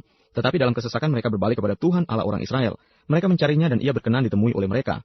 Pada zaman itu tidak dapat orang pergi dan pulang dengan selamat, karena terdapat kekacauan yang besar di antara segenap penduduk daerah-daerah. Bangsa menghancurkan bangsa, kota menghancurkan kota, karena Allah mengacaukan mereka dengan berbagai-bagai kesesakan. Tetapi kamu ini kuatkanlah hatimu, jangan lemah semangatmu, karena ada upah bagi usahamu." Ketika Asa mendengar perkataan nubuat yang diucapkan oleh Nabi Asaria bin Oded itu, ia menguatkan hatinya dan menyingkirkan dewa-dewa kejijikan dari seluruh tanah Yehuda dan Benyamin dan dari kota-kota yang direbutnya di pegunungan Efraim. Ia membaharui mezbah Tuhan yang ada di depan balai bait suci Tuhan. Ia mengumpulkan seluruh Yehuda dan Benyamin dan orang-orang Efraim, Manasya dan Simeon yang tinggal di antara mereka sebagai orang asing. Sebab dari Israel banyak yang menyeberang memihak kepadanya ketika mereka melihat bahwa Tuhan Allahnya beserta dengan dia. Mereka berkumpul di Yerusalem pada bulan ketiga tahun ke-15 dari pemerintahan Asa. Pada hari itu mereka mempersembahkan kepada Tuhan 700 lembu sapi dan 7.000 kambing domba dari jarahan yang mereka bawa pulang. Mereka mengadakan perjanjian untuk mencari Tuhan, Allah nenek moyang mereka, dengan segenap hati dan jiwa. Setiap orang, baik anak-anak ataupun orang dewasa, baik laki-laki atau perempuan, yang tidak mencari Tuhan Allah Israel harus dihukum mati. Mereka bersumpah setia kepada Tuhan dengan suara yang nyaring, dengan sorak-sorai dan dengan tiupan nafiri dan sangkakala. Seluruh Yehuda bersukaria atas sumpah itu, karena dengan segenap hati mereka bersumpah setia, dan dengan kehendak yang bulat mereka mencari Tuhan. Tuhan berkenan ditemui oleh mereka, dan mengaruniakan keamanan kepada mereka di segala penjuru. Bahkan Raja Asa memecat Maaka neneknya dari pangkat ibu suri, karena neneknya itu membuat patung Asyera yang keji. Asa merobohkan patung yang keji itu, menumbuknya sampai halus, dan membakarnya di lembah Kidron. Sekalipun bukit-bukit pengorbanan tidak dijauhkan dari Israel, namun hati Asa tulus ikhlas sepanjang umurnya. Ia membawa persembahan-persembahan kudus ayahnya, dan persembahan-persembahan kudusnya sendiri ke rumah Allah, yakni emas dan perak serta barang-barang lain. Tidak ada perang sampai pada tahun Asa dengan Aram. Pada tahun ke-36 pemerintahan Asa, majulah Baesa Raja Israel hendak berperang melawan Yehuda. Ia memperkuat Rama dengan maksud mencegah lalu lintas kepada Asa Raja Yehuda. Lalu Asa mengeluarkan emas dan perak dari perbendaharaan rumah Tuhan dan dari perbendaharaan rumah raja dan mengirimnya kepada Ben-Hadad, Raja Aram yang diam di Damsik dan pesan, "Ada perjanjian antara aku dan engkau, antara ayahku dan ayahmu. Ini kukirim emas dan perak kepadamu. Marilah batalkanlah perjanjianmu dengan Baesa Raja Israel, supaya ia undur daripadaku." Lalu Ben-Hadad mendengarkan permintaan Raja Asa. Ia menyuruh panglima-panglimanya menyerang kota-kota Israel, dan mereka memukul kala Ion, Dan, Abel-Maim, dan segala tempat perbekalan kota-kota di Naftali. Segera sesudah Baesa mendengar hal itu, ia berhenti memperkuat Rama. Ia menghentikan usahanya itu. Tetapi Raja Asa mengerahkan segenap orang Yehuda yang harus mengangkat batu dan kayu yang dipergunakan Baesa untuk memperkuat Rama itu. Ia mempergunakannya untuk memperkuat Geba dan Mispa. Pada waktu itu datanglah Hanani pelihat itu kepada Asa Raja Yehuda, katanya kepadanya, "Karena engkau bersandar kepada Raja Aram dan tidak bersandar kepada Tuhan Allahmu, oleh karena itu terluputlah tentara Raja Aram dari tanganmu. Bukankah tentara orang Etiopia dan Libya besar jumlahnya, kereta dan orang berkudanya sangat banyak? Namun Tuhan telah menyerahkan mereka ke dalam tanganmu, karena engkau bersandar kepadanya. Karena mata Tuhan menjelajah seluruh bumi untuk melimpahkan kekuatannya kepada mereka yang bersungguh hati terhadap dia. Dalam hal ini engkau telah berlaku bodoh, oleh sebab itu mulai sekarang ini engkau akan mengalami peperangan. Maka sakit hatilah Asa karena perkataan pelihat itu, sehingga ia memasukkannya ke dalam penjara, sebab memang ia sangat marah terhadap dia karena perkara itu. Pada waktu itu Asa menganiaya juga beberapa orang dari rakyat. Sesungguhnya riwayat Asa dari awal sampai akhir tertulis dalam kitab Raja-Raja Yehuda dan Israel. Pada tahun ke-39 pemerintahannya, Asa menderita sakit pada kakinya yang kemudian menjadi semakin parah. Namun dalam kesakitannya itu ia tidak mencari pertolongan Tuhan, tetapi pertolongan tabib-tabib. Kemudian Asa mendapat perhentian bersama-sama nenek moyangnya. Ia mati pada tahun ke-41 pemerintahannya, dan dikuburkan di kuburan yang telah digali baginya di kota Daud. Mereka membaringkannya di atas petiduran yang penuh dengan rempah-rempah dan segala macam rempah-rempah. Campuran yang dicampur menurut cara pencampur rempah-rempah, lalu menyalakan api yang sangat besar untuk Raja Yosafat pengokohan kerajaan. Maka Yosafat anaknya menjadi raja menggantikan dia. Sebagai pemimpin Israel, ia memperkuat dirinya dengan menempatkan tentara di semua kota yang berkubu di Yehuda dan pasukan-pasukan pendudukan di tanah Yehuda, serta di kota-kota Efraim yang direbut oleh Asa ayahnya. Dan Tuhan menyertai Yosafat karena ia hidup mengikuti jejak yang dahulu dari Daud, bapa leluhurnya, dan tidak mencari Baal-Baal, melainkan mencari Allah ayahnya. Ia hidup menurut perintah-perintahnya dan tidak berbuat seperti Israel. Oleh sebab itu Tuhan mengokohkan kerajaan yang ada di bawah kekuasaannya. Seluruh Yehuda memberikan persembahan kepada Yosafat sehingga ia menjadi kaya dan sangat terhormat. Dengan tabah hati ia hidup menurut jalan yang ditunjukkan Tuhan. Pula ia menjauhkan dari Yehuda segala bukit pengorbanan dan tiang berhala. Pada tahun ketiga pemerintahannya, ia mengutus beberapa pembesarnya, yakni Ben-Hail, Obadya, Sakaria, Netaneel, dan Mika untuk mengajar di kota-kota Yehuda. Bersama-sama mereka turut juga beberapa orang Lewi, yakni Semaya, Netanya, Sebaja, Asael, Semiramot, Yonatan, Adonia, Tobia, dan Tob Adonia disertai imam-imam Elisama dan Yoram. Mereka memberikan pelajaran di Yehuda dengan membawa kitab Taurat Tuhan. Mereka mengelilingi semua kota di Yehuda sambil mengajar rakyat. Ketakutan yang dari Tuhan menimpa semua kerajaan di negeri-negeri sekeliling Yehuda, sehingga mereka tidak berani berperang melawan Yosafat. Dari antara orang-orang Filistin ada yang membawa kepada Yosafat persembahan dan perak sebagai upeti. Juga orang-orang Arab membawa kepadanya kambing domba, domba jantan 7.700 ekor, dan kambing jantan 7.700 ekor. Yosafat makin lama makin kuat, menjadi luar biasa kuat. Di Yehuda ia membangun benteng-benteng dan kota-kota perbekalan. Banyak perbekalannya di kota-kota Yehuda. Orang-orang perangnya ada di Yerusalem, semuanya pahlawan yang gagah perkasa. Inilah daftar kesatuan mereka menurut puak-puak mereka. Panglima-panglima dari Yehuda ialah Panglima Adna dengan 300.000 pahlawan yang gagah perkasa. Di samping dia Panglima Yohanan dengan 280.000 orang. Dan di samping dia Amasya bin Sikri yang dengan sukarela telah menyerahkan dirinya kepada Tuhan dengan 200.000 pahlawan yang gagah perkasa. Dan dari Benyamin ialah Eliada, seorang pahlawan yang gagah perkasa, dengan 200.000 orang yang bersenjatakan busur dan perisai. Di samping dia Yosabat dengan 180.000 orang yang bersenjata untuk berperang. Mereka itulah yang bertugas pada raja, selain daripada mereka yang ditempatkan raja di kota-kota yang memerangi Ramot Gilead. Nabi Tuhan berhadapan dengan nabi-nabi palsu. Ketika Yosafat kaya dan sangat terhormat, ia menjadi besan Ahab. Beberapa tahun kemudian pergilah ia kepada Ahab di Samaria. Ahab menyembelih banyak kambing domba dan lembu sapi untuk dia dan rombongannya, dan mengajaknya untuk menyerang Ramot Gilead. Berkatalah Ahab raja Israel kepada Yosafat raja Yehuda, "Maukah engkau pergi ke Ramot Gilead bersama-sama aku?" Jawabnya kepadanya, "Kita sama-sama, aku dan engkau, rakyatmu dan rakyatku. Aku akan bersama-sama engkau di dalam perang." Tetapi Yosafat berkata kepada raja Israel, "Baiklah, tanyakan dahulu firman Tuhan." Lalu raja Israel mengumpulkan para nabi, 400 orang banyaknya. Kemudian bertanyalah ia kepada mereka, "Apakah kami boleh pergi berperang melawan Ramot Gilead atau aku membatalkannya?" Jawab mereka, "Majulah, Allah akan menyerahkannya ke dalam tangan raja." Tetapi Yosafat bertanya, "Tidak adakah lagi di sini seorang nabi Tuhan supaya dengan perantaraannya kita dapat meminta petunjuk?" Jawab raja Israel kepada Yosafat, "Masih ada seorang lagi yang dengan perantarannya dapat diminta petunjuk Tuhan. Tetapi aku membenci dia, sebab tidak pernah ia menubuatkan yang baik tentang aku, melainkan selalu malapetaka. Orang itu ialah Mika bin Yimla." Kata Yosafat, "Janganlah raja berkata demikian." Kemudian raja Israel memanggil seorang pegawai istana, katanya, "Jemputlah Mika bin Yimla dengan segera." Sementara raja Israel dan Yosafat, raja Yehuda duduk masing-masing di atas tahtanya, dengan pakaian kebesaran di suatu tempat pengirikan di depan pintu gerbang Samaria, sedang semua nabi itu bernubuat di depan mereka. Maka Sedekia bin Kenaana membuat tanduk-tanduk besi lalu berkata, "Beginilah firman Tuhan, dengan ini engkau akan menanduk Aram sampai engkau menghabiskan mereka." Juga semua nabi itu bernubuat demikian, katanya, "Majulah ke Ramot Gilead, dan engkau akan beruntung. Tuhan akan menyerahkannya ke dalam tangan raja." Suluan yang pergi memanggil Mika itu berkata kepadanya, "Ketahuilah, nabi-nabi itu sudah sepakat meramalkan yang baik bagi raja. Hendaklah engkau juga berbicara seperti salah seorang daripada mereka dan meramalkan yang baik." Tetapi Mika menjawab, "Demi Tuhan yang hidup, sesungguhnya apa yang akan difirmankan Allahku, itulah yang akan kukatakan."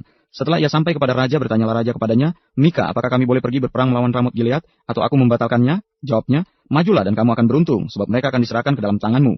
Tetapi raja berkata kepadanya, "Sampai berapa kali aku menyuruh engkau bersumpah, supaya engkau mengatakan kepadaku tidak lain dari kebenaran?" Lalu jawabnya, "Telah kulihat seluruh Israel bercerai-berai di gunung-gunung seperti kambing domba yang tidak mempunyai gembala. Sebab itu Tuhan berfirman, mereka ini tidak punya tuan, baiklah masing-masing pulang ke rumahnya dengan selamat." Kemudian raja Israel berkata kepada Yosafat, "Bukankah telah kukatakan kepadamu, tidak pernah ia menubuatkan yang baik tentang aku, melainkan hanya malapetaka?" Kata Mika, "Sebab itu dengarkanlah firman Tuhan. Aku telah melihat Tuhan sedang duduk di atas tahtanya dan segenap tentara sorga berdiri di sebelah kanannya dan di sebelah kirinya. Dan Tuhan berfirman, siapakah yang akan membujuk Ahab raja Israel untuk maju berperang supaya ia tewas di Ramot Gilead?" Maka yang seorang berkata begini, yang lain berkata begini. Kemudian tampillah suatu roh lalu berdiri di hadapan Tuhan. Ia berkata, "Aku ini akan membujuknya." Tuhan bertanya kepadanya, "Dengan apa?" Jawabnya, "Aku akan keluar dan menjadi roh dusta dalam mulut semua nabinya." Ia berfirman, "Biarlah engkau membujuknya dan engkau akan berhasil pula. Keluarlah dan perbuatlah demikian. Karena itu sesungguhnya Tuhan telah menaruh roh dusta ke dalam mulut nabi-nabimu ini, sebab Tuhan telah menetapkan untuk menimpakan malapetaka kepadamu." Sesudah itu tampillah Sedekia bin Kenaana, ditamparnyalah pipi Mika serta berkata, "Bagaimana mungkin roh Tuhan pindah daripadaku untuk berbicara kepadamu?" Tetapi Mika menjawab, "Sesungguhnya engkau akan melihatnya pada hari engkau lari dari satu kamar ke kamar yang lain untuk menyembunyikan diri." Berkatalah Raja Israel, "Tangkaplah Mika, bawa dia kembali kepada Amon, penguasa kota, dan kepada Yoas anak raja, dan katakan, beginilah titah raja, masukkan orang ini ke dalam penjara dan beri dia makan roti dan minum air serba sedikit, sampai aku pulang dengan selamat." Tetapi jawab Mika, "Jika benar-benar engkau pulang dengan selamat, tentulah Tuhan tidak berfirman dengan perantaraanku." Lalu disambungnya, "Dengarlah, hai bangsa-bangsa sekalian." Sesudah itu majulah Raja Israel dengan Yosafat Raja Yehuda ke Ramot Gilead. Raja Israel berkata kepada Yosafat, "Aku akan menyamar dan masuk pertempuran. Tetapi engkau pakailah pakaian kebesaranmu." Lalu menyamarlah Raja Israel, kemudian mereka masuk ke pertempuran. Adapun Raja negeri Aram telah memberi perintah kepada para panglima pasukan keretanya demikian, "Janganlah kamu berperang melawan sembarang orang, melainkan melawan Raja Israel saja." Segera sesudah para panglima pasukan kereta itu melihat Yosafat, mereka berkata, "Itu Raja Israel." Lalu mereka mengepung dia untuk menyerang dia. Tetapi Yosafat berteriak dan Tuhan menolongnya. Allah membujuk mereka pergi daripadanya. Segera sesudah para panglima pasukan kereta itu melihat bahwa dia bukanlah Raja Israel, maka undurlah mereka daripadanya. Tetapi seorang menarik panahnya dan menembak dengan sembarangan saja, dan mengenai Raja Israel di antara sambungan baju sirahnya. Kemudian dia berkata kepada pengemudi keretanya, "Putar, bawa aku keluar dari pertempuran, sebab aku sudah luka." Tetapi pertempuran itu bertambah seru pada hari itu, dan Raja Israel tetap berdiri di dalam kereta berhadapan dengan orang Aram itu, sampai petang. Yehu menegur Raja Yosafat. Yosafat Raja Yehuda pulang dengan selamat ke istananya di Yerusalem. Ketika itu Yehu bin Hanani pelihat itu pergi menemuinya dan berkata kepada Raja Yosafat, "Sewajarnyakah engkau menolong orang fasik dan bersahabat dengan mereka yang membenci Tuhan? Karena hal itu Tuhan murka terhadap engkau, namun masih terdapat hal-hal yang baik padamu, karena engkau menghapuskan tiang-tiang berhala dari negeri ini dan mencari Allah dengan tekun." Yosafat mengangkat hakim-hakim. Yosafat diam di Yerusalem, ia mengadakan kunjungan pula ke daerah-daerah, dari Berseba sampai ke pegunungan Efraim, sambil menyuruh rakyat berbalik kepada Tuhan Allah nenek moyang mereka. Ia mengangkat juga hakim-hakim di seluruh negeri, yakni di semua kota yang berkubu di Yehuda di tiap-tiap kota. Berpesanlah ia kepada hakim-hakim itu, "Pertimbangkanlah apa yang kamu buat, karena bukanlah untuk manusia kamu memutuskan hukum, melainkan untuk Tuhan yang ada beserta kamu, bila kamu memutuskan hukum. Sebab itu kiranya kamu diliputi oleh rasa takut kepada Tuhan. Bertindaklah dengan seksama, karena berlaku curang, memihak ataupun menerima suap, tidak ada pada Tuhan Allah kita." Juga di Yerusalem, Yosafat mengangkat beberapa orang dari antara orang Lewi, dari antara para imam, dari antara para kepala puak Israel, untuk memberi keputusan dalam hal hukum Tuhan, dan dalam hal perselisihan. Mereka berkedudukan di Yerusalem. Ia memerintahkan mereka, "Kamu harus bertindak dengan takut akan Tuhan, dengan setia dan dengan tulus hati. Demikian, dalam setiap perkara yang disampaikan kepada kamu oleh rekan-rekanmu yang tinggal di kota-kota, yakni perkara-perkara mengenai penumpahan darah atau mengenai hukum, perintah, ketetapan-ketetapan, dan peraturan-peraturan, hendaklah kamu memperingatkan mereka, supaya mereka jangan bersalah terhadap Tuhan, sehingga murkanya menimpa kamu dan rekan-rekanmu. Hendaklah kamu berbuat demikian dan kamu tidak akan bersalah." Dengan ini imam kepala Amaria diangkat sebagai ketuamu dalam segala perkara ketuhanan, dan Sebaja bin Ismail pemuka kaum Yehuda dalam segala perkara kerajaan, sedang orang Lewi akan melayani kamu sebagai pengatur. Bertindaklah dengan tegas, kiranya kemenangan atas Moab dan Amon. Akhir pemerintahan Yosafat.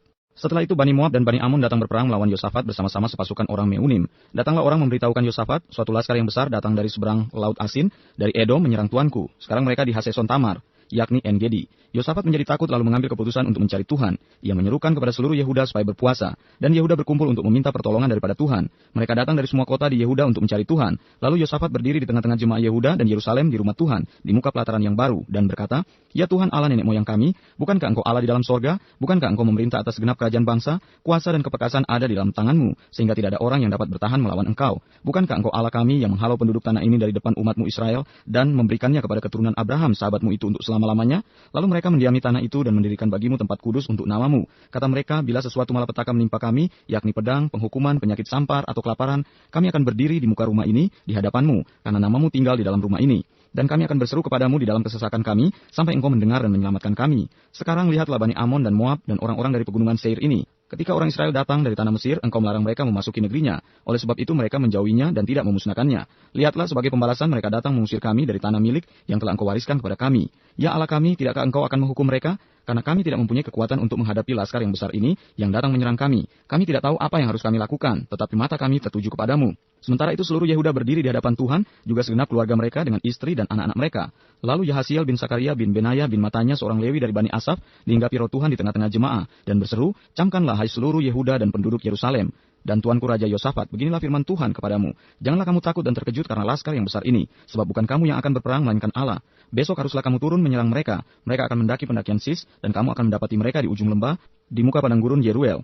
Dalam peperangan ini tidak usah kamu bertempur. Hai Yehuda dan Yerusalem, tinggallah berdiri di tempatmu, dan lihatlah bagaimana Tuhan memberikan kemenangan kepadamu. Janganlah kamu takut dan terkejut. Majulah besok menghadapi mereka, Tuhan akan menyertai kamu. Lalu berlututlah Yosafat dengan mukanya ke tanah. Seluruh Yehuda dan Yerusalem pun sujud di hadapan Tuhan, dan menyembah kepadanya. Kemudian orang Lewi dari Bani Kehat dan Bani Korah bangkit berdiri untuk menyanyikan puji-pujian bagi Tuhan Allah Israel dengan suara yang sangat nyaring. Keesokan harinya pagi-pagi mereka maju menuju padang gurun Tekoa. Ketika mereka hendak berangkat, berdirilah Yosafat dan berkata, "Dengar, hai Yehuda dan penduduk Yerusalem, percayalah kepada Tuhan Allahmu dan kamu akan tetap teguh. Percayalah kepada nabi-nabinya dan kamu akan berhasil." Setelah ia berunding dengan rakyat, ia mengangkat orang-orang yang akan menyanyi nyanyian untuk Tuhan dan memuji Tuhan dalam pakaian kudus yang semarak pada waktu mereka keluar di muka orang-orang bersenjata sambil berkata, "Nyanyikanlah nyanyian syukur bagi Tuhan, bahwasanya untuk selama-lamanya kasih setianya." Ketika mereka mulai bersorak-sorai dan menyanyikan nyanyian pujian, dibuat Tuhanlah penghadangan terhadap Bani Amon dan Moab dan orang-orang dari pegunungan Seir yang hendak menyerang Yehuda sehingga mereka terpukul kalah. Lalu Bani Amon dan Moab berdiri menentang penduduk pegunungan Seir, hendak menumpas dan memunahkan mereka. Segera sesudah mereka membinasakan penduduk Seir, mereka saling bunuh-membunuh. Ketika orang Yehuda tiba di tempat peninjauan di padang gurun, mereka menengok ke tempat laskar itu. Tampaklah semua telah menjadi bangkai berhantaran di tanah, tidak ada yang terluput. Lalu Yosafat dan orang-orangnya turun untuk menjara barang-barang mereka. Mereka menemukan banyak ternak, harta milik, pakaian, dan barang-barang berharga. Yang mereka rampas itu lebih banyak daripada yang dapat dibawa. 3 hari lamanya mereka menjara barang-barang itu karena begitu banyaknya. Pada hari keempat mereka berkumpul di lembah pujian. Di sanalah mereka memuji Tuhan dan itulah sebabnya orang menamakan tempat itu lembah pujian hingga sekarang. Lalu pulanglah sekalian orang Yehuda dan Yerusalem dengan Yosafat di depan. Mereka kembali ke Yerusalem dengan sukacita karena Tuhan telah membuat mereka bersukacita karena kekalahan musuh mereka. Mereka masuk ke Yerusalem dengan gambus dan kecapi dan nafiri lalu menuju rumah Tuhan. Ketakutan yang dari Allah menghinggapi semua kerajaan negeri-negeri lain ketika mereka mendengar bahwa Tuhan yang berperang melawan musuh-musuh Israel. Dan kerajaan Yosafat amanlah karena Allahnya mengaruniakan keamanan kepadanya di segala penjuru. Yosafat memerintah atas Yehuda. Ia berumur 35 tahun pada waktu ia menjadi raja, dan 25 tahun lamanya ia memerintah di Yerusalem. Nama ibunya ialah Asubah anak Silhi. Ia hidup mengikuti jejak Asa ayahnya. Ia tidak menyimpang daripadanya dan melakukan apa yang benar di mata Tuhan. Hanya bukit-bukit pengorbanan tidak dijauhkan. Bangsa itu belum mengarahkan hatinya kepada Allah nenek moyang mereka. Selebihnya dari riwayat Yosafat dari awal sampai akhir, sesungguhnya semuanya itu tertulis di dalam riwayat Yehu bin Hanani yang tercantum di dalam kitab Raja-Raja Israel. Kemudian Yosafat Raja Yehuda bersekutu dengan Ahazia Raja Israel yang fasik perbuatannya. Ia bersekutu dengan Ahazia untuk membuat kapal-kapal yang dapat berlayar ke Tarsis. Kapal-kapal itu dibuat mereka di Esion Geber. Tetapi Eliezer bin Dodawa dari Maresa bernubuat terhadap Yosafat. Katanya, karena engkau bersekutu dengan Ahazia, maka Tuhan akan merobohkan pekerjaanmu. Lalu kapal-kapal itu pecah. Kemudian Yosafat mendapat perhentian bersama-sama dengan nenek moyangnya. Dan ia dikuburkan di samping nenek moyangnya di kota Daud. Maka Yoram anaknya menjadi raja menggantikan dia. Raja Yoram. Saudara-saudaranya anak-anak Yosafat ialah Asaria, Yehiel, Sakaria, Asariyahu, Mikael, dan Sefacah. Mereka semua anak-anak Yosafat, Raja Israel. Ayahnya memberikan kepada mereka banyak pemberian berupa emas dan perak dan barang-barang berharga. Juga kota-kota berkubu di Yehuda. Tetapi kedudukan raja diberikannya kepada Yoram karena dialah anak sulungnya. Sesudah Yoram memegang pemerintahan atas kerajaan ayahnya dan merasa dirinya kuat, ia membunuh dengan pedang semua saudaranya dan juga beberapa pembesar Israel. Yoram berumur 32 tahun pada waktu ia menjadi raja dan 8 tahun lamanya ia memerintah di Yerusalem. Ia hidup menurut kelakuan raja-raja Israel seperti yang dilakukan keluarga-keluarga Ahab, sebab yang menjadi istrinya adalah anak Ahab, yang melakukan apa yang jahat di mata Tuhan. Namun demikian, Tuhan tidak mau memusnahkan keluarga Daud oleh karena perjanjian yang diikatnya dengan Daud, sesuai dengan yang dijanjikannya, bahwa ia hendak memberikan keturunan kepadanya dan kepada anak-anaknya untuk selama-lamanya. Pada zamannya memberontaklah Edom terhadap kekuasaan Yehuda dan mereka mengangkat seorang raja atas mereka sendiri. Maka majulah Yoram dengan panglima-panglimanya serta seluruh keretanya. Pada waktu malam bangunlah ia. Lalu bersama-sama dengan para panglima pasukan kereta ia menerobos barisan orang Edom yang mengepung dia. Demikianlah Edom memberontak kekuasaan Yehuda dan terlepas sampai sekarang ini. Lalu Libna pun memberontak terhadap kekuasaannya pada masa itu juga. Itu disebabkan karena ia telah meninggalkan Tuhan Allah nenek moyangnya. Lagi pula ia membuat bukit-bukit pengorbanan di gunung-gunung Yehuda. Ia membujuk penduduk Yerusalem untuk berzina dan ia menyesatkan Yehuda. Lalu sampailah kepadanya sebuah surat dari Nabi Elia yang berbunyi, "Beginilah firman Tuhan, Allah Daud bapa leluhurmu. Karena engkau tidak hidup mengikuti jejak Yosafat ayahmu dan Asa Raja Yehuda, melainkan hidup menurut kelakuan raja-raja Israel dan membujuk Yehuda dan penduduk-penduduk Yerusalem untuk berzina, sama seperti yang dilakukan keluarga Ahab, dan juga karena engkau telah membunuh saudara-saudaramu, seluruh keluarga ayahmu yang lebih baik daripadamu, maka Tuhan akan mendatangkan tula besar atas rakyatmu, anak-anakmu, istri-istrimu, dan atas semua harta milikmu. Dan engkau sendiri akan menderita penyakit yang dahsyat, suatu penyakit usus, hingga selang beberapa waktu ususmu keluar oleh karena penyakit itu. Lalu Tuhan menggerakkan hati orang Filistin dan orang Arab yang tinggal berdekatan dengan orang Ethiopia untuk melawan Yoram. Maka mereka maju melawan Yehuda, memasukinya dan mengangkut segala harta milik yang terdapat di dalam istana raja sebagai jarahan, juga anak-anak dan istri-istrinya, sehingga tidak ada seorang anak yang tinggal padanya kecuali Yoahas anaknya yang bungsu. Sesudah semuanya ini Tuhan menulahinya dengan penyakit usus yang tidak dapat sembuh. Beberapa waktu berselang, kira-kira sesudah lewat 2 tahun, keluarlah ususnya karena penyakitnya itu, lalu ia mati dengan penderitaan yang hebat. Rakyatnya tidak menyalakan api baginya seperti yang diperbuat mereka bagi nenek moyangnya. Ia berumur 32 tahun pada waktu ia menjadi raja, dan 8 tahun lamanya ia memerintah di Yerusalem. Ia meninggal dengan tidak dicintai orang. Ia dikuburkan di kota Daud, Raja Ahazia. Lalu penduduk Yerusalem mengangkat Ahazia anaknya yang bungsu menjadi raja menggantikan dia, karena semua anaknya yang lebih tua umurnya telah dibunuh oleh gerombolan yang datang ke tempat perkemahan bersama-sama orang-orang Arab. Dengan demikian Ahazia anak Yoram Raja Yehuda menjadi raja. Ahazia berumur 42 tahun pada waktu ia menjadi raja, dan setahun lamanya ia memerintah di Yerusalem. Nama ibunya ialah Atalia cucu Omri. Ia pun hidup menurut kelakuan keluarga Ahab, karena ibunya menasihatinya untuk melakukan yang jahat. Ia melakukan apa yang jahat di mata Tuhan sama seperti keluarga Ahab, sebab sesudah ayahnya mati mereka menjadi penasihat-penasihatnya yang mencelakakannya. Atas nasihat mereka pula ia pergi bersama-sama Yoram bin Ahab, Raja Israel untuk berperang melawan Hazael Raja Aram di Ramot Gilead. Tetapi orang-orang Aram melukai Yoram. Kemudian pulanglah ia ke Yisrael untuk diobati oleh karena luka-luka yang didapatnya di Rama pada waktu ia berperang melawan Hazael Raja Aram. Dan Ahazia anak Yoram Raja Yehuda pergi menjenguk Yoram bin Ahab di Yisrael karena dia sakit. Ahazia dibunuh Yehu. Telah ditentukan Allah bahwa Ahazia akan menemui ajalnya pada waktu ia mengunjungi Yoram. Maka ketika Ahazia datang, pergilah ia bersama-sama Yoram mendapatkan Yehu cucu Nimsi, yang telah diurapi Tuhan supaya dialah yang melenyapkan keluarga Ahab. Sementara Yehu melakukan penghukuman atas keluarga Ahab, ia menjumpai pembesar-pembesar Yehuda dan anak-anak saudara-saudara Ahazia yang melayani Ahazia. Juga mereka dibunuhnya. Lalu ia mencari Ahazia. Ahazia tertangkap ketika ia bersembunyi di Samaria. Ia dibawa kepada Yehu lalu dibunuh, tetapi dikuburkan juga. Karena kata orang, dia ini cucu Yosafat, yang mencari Tuhan dengan segenap hatinya. Dari keluarga Ahazia tidak ada lagi yang sanggup memerintah. Atalia dibunuh dan Yoas menjadi raja.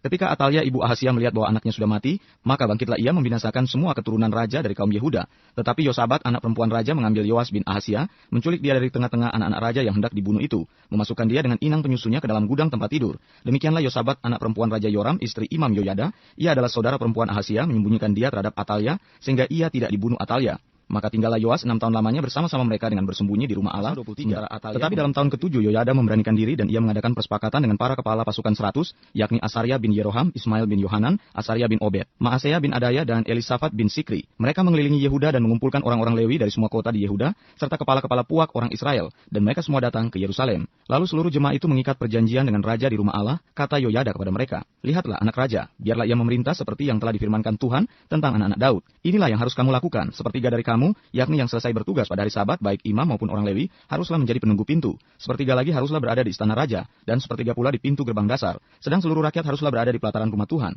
Siapapun tidak boleh memasuki rumah Tuhan selain daripada para imam dan orang-orang Lewi yang bertugas. Mereka boleh masuk karena mereka kudus, tetapi seluruh rakyat haruslah mentaati peraturan Tuhan. Dalam pada itu orang-orang Lewi haruslah mengelilingi raja dari segala penjuru, masing-masing dengan senjatanya di tangannya, dan siapa yang memasuki rumah itu haruslah dibunuh. Dan baiklah kamu menyertai raja setiap kali ia keluar atau masuk." Orang-orang Lewi dan seluruh Yehuda melakukan tepat seperti yang diperintahkan Imam Yoyada. Masing-masing mengambil orang-orangnya yang selesai bertugas pada hari Sabat bersama-sama dengan orang-orang yang masuk bertugas pada hari itu, karena Imam Yoyada tidak membebaskan rombongan-rombongan itu. Lalu Imam Yoyada memberikan kepada para kepala pasukan 100 itu tombak-tombak, utar-utar, dan perisai-perisai kepunyaan Raja Daud yang ada di rumah Allah. Ia menempatkan seluruh rakyat masing-masing dengan lembing di tangannya di lambung kanan sampai ke lambung kiri rumah itu, dengan mengelilingi mesbah dan rumah itu untuk melindungi raja. Sesudah itu Yoyada dan anak-anaknya membawa anak raja itu keluar, mengenakan jejamang kepadanya, dan memberikan hukum Allah kepadanya. Mereka menobatkan dia menjadi raja serta mengurapinya, lalu berserulah rakyat, "Hiduplah raja." Ketika Atalia mendengar pekik rakyat yang berlari-lari menyambut raja dan memuji-muji dia, pergilah ia mendapatkan rakyat itu ke dalam rumah Tuhan. Lalu dilihatnyalah raja berdiri dekat tiangnya pada jalan masuk, sedang para pemimpin dengan para pemegang nafiri ada dekat raja. Dan seluruh rakyat negeri bersukaria sambil meniup nafiri, sedang para penyanyi dengan alat-alat musik mereka memimpin nyanyian puji-pujian. Maka Atalia mengoyakkan pakaiannya sambil berkata, "Kianat, kianat." Tetapi Imam Yoyada menyuruh keluar para kepala pasukan 100, yakni orang-orang yang mengepalai tentara, katanya kepada mereka, "Bawalah dia keluar dari antara barisan. Siapa yang memihak kepadanya harus dibunuh dengan pedang. Sebab imam itu telah berkata tadinya, jangan kamu membunuhnya di rumah Tuhan." Lalu mereka menangkap perempuan itu. Pada waktu ia sampai ke jalan masuk istana raja pada pintu gerbang kuda, dibunuhlah ia di situ. Kemudian Yoyada mengikat perjanjian antara dia dengan segenap rakyat dan raja, bahwa mereka menjadi umat Tuhan. Sesudah itu masuklah seluruh rakyat ke rumah Baal, lalu merobohkannya. Mereka memecahkan mesbah-mesbahnya dan patung-patungnya, dan membunuh Matan, imam Baal, di depan mesbah-mesbah itu.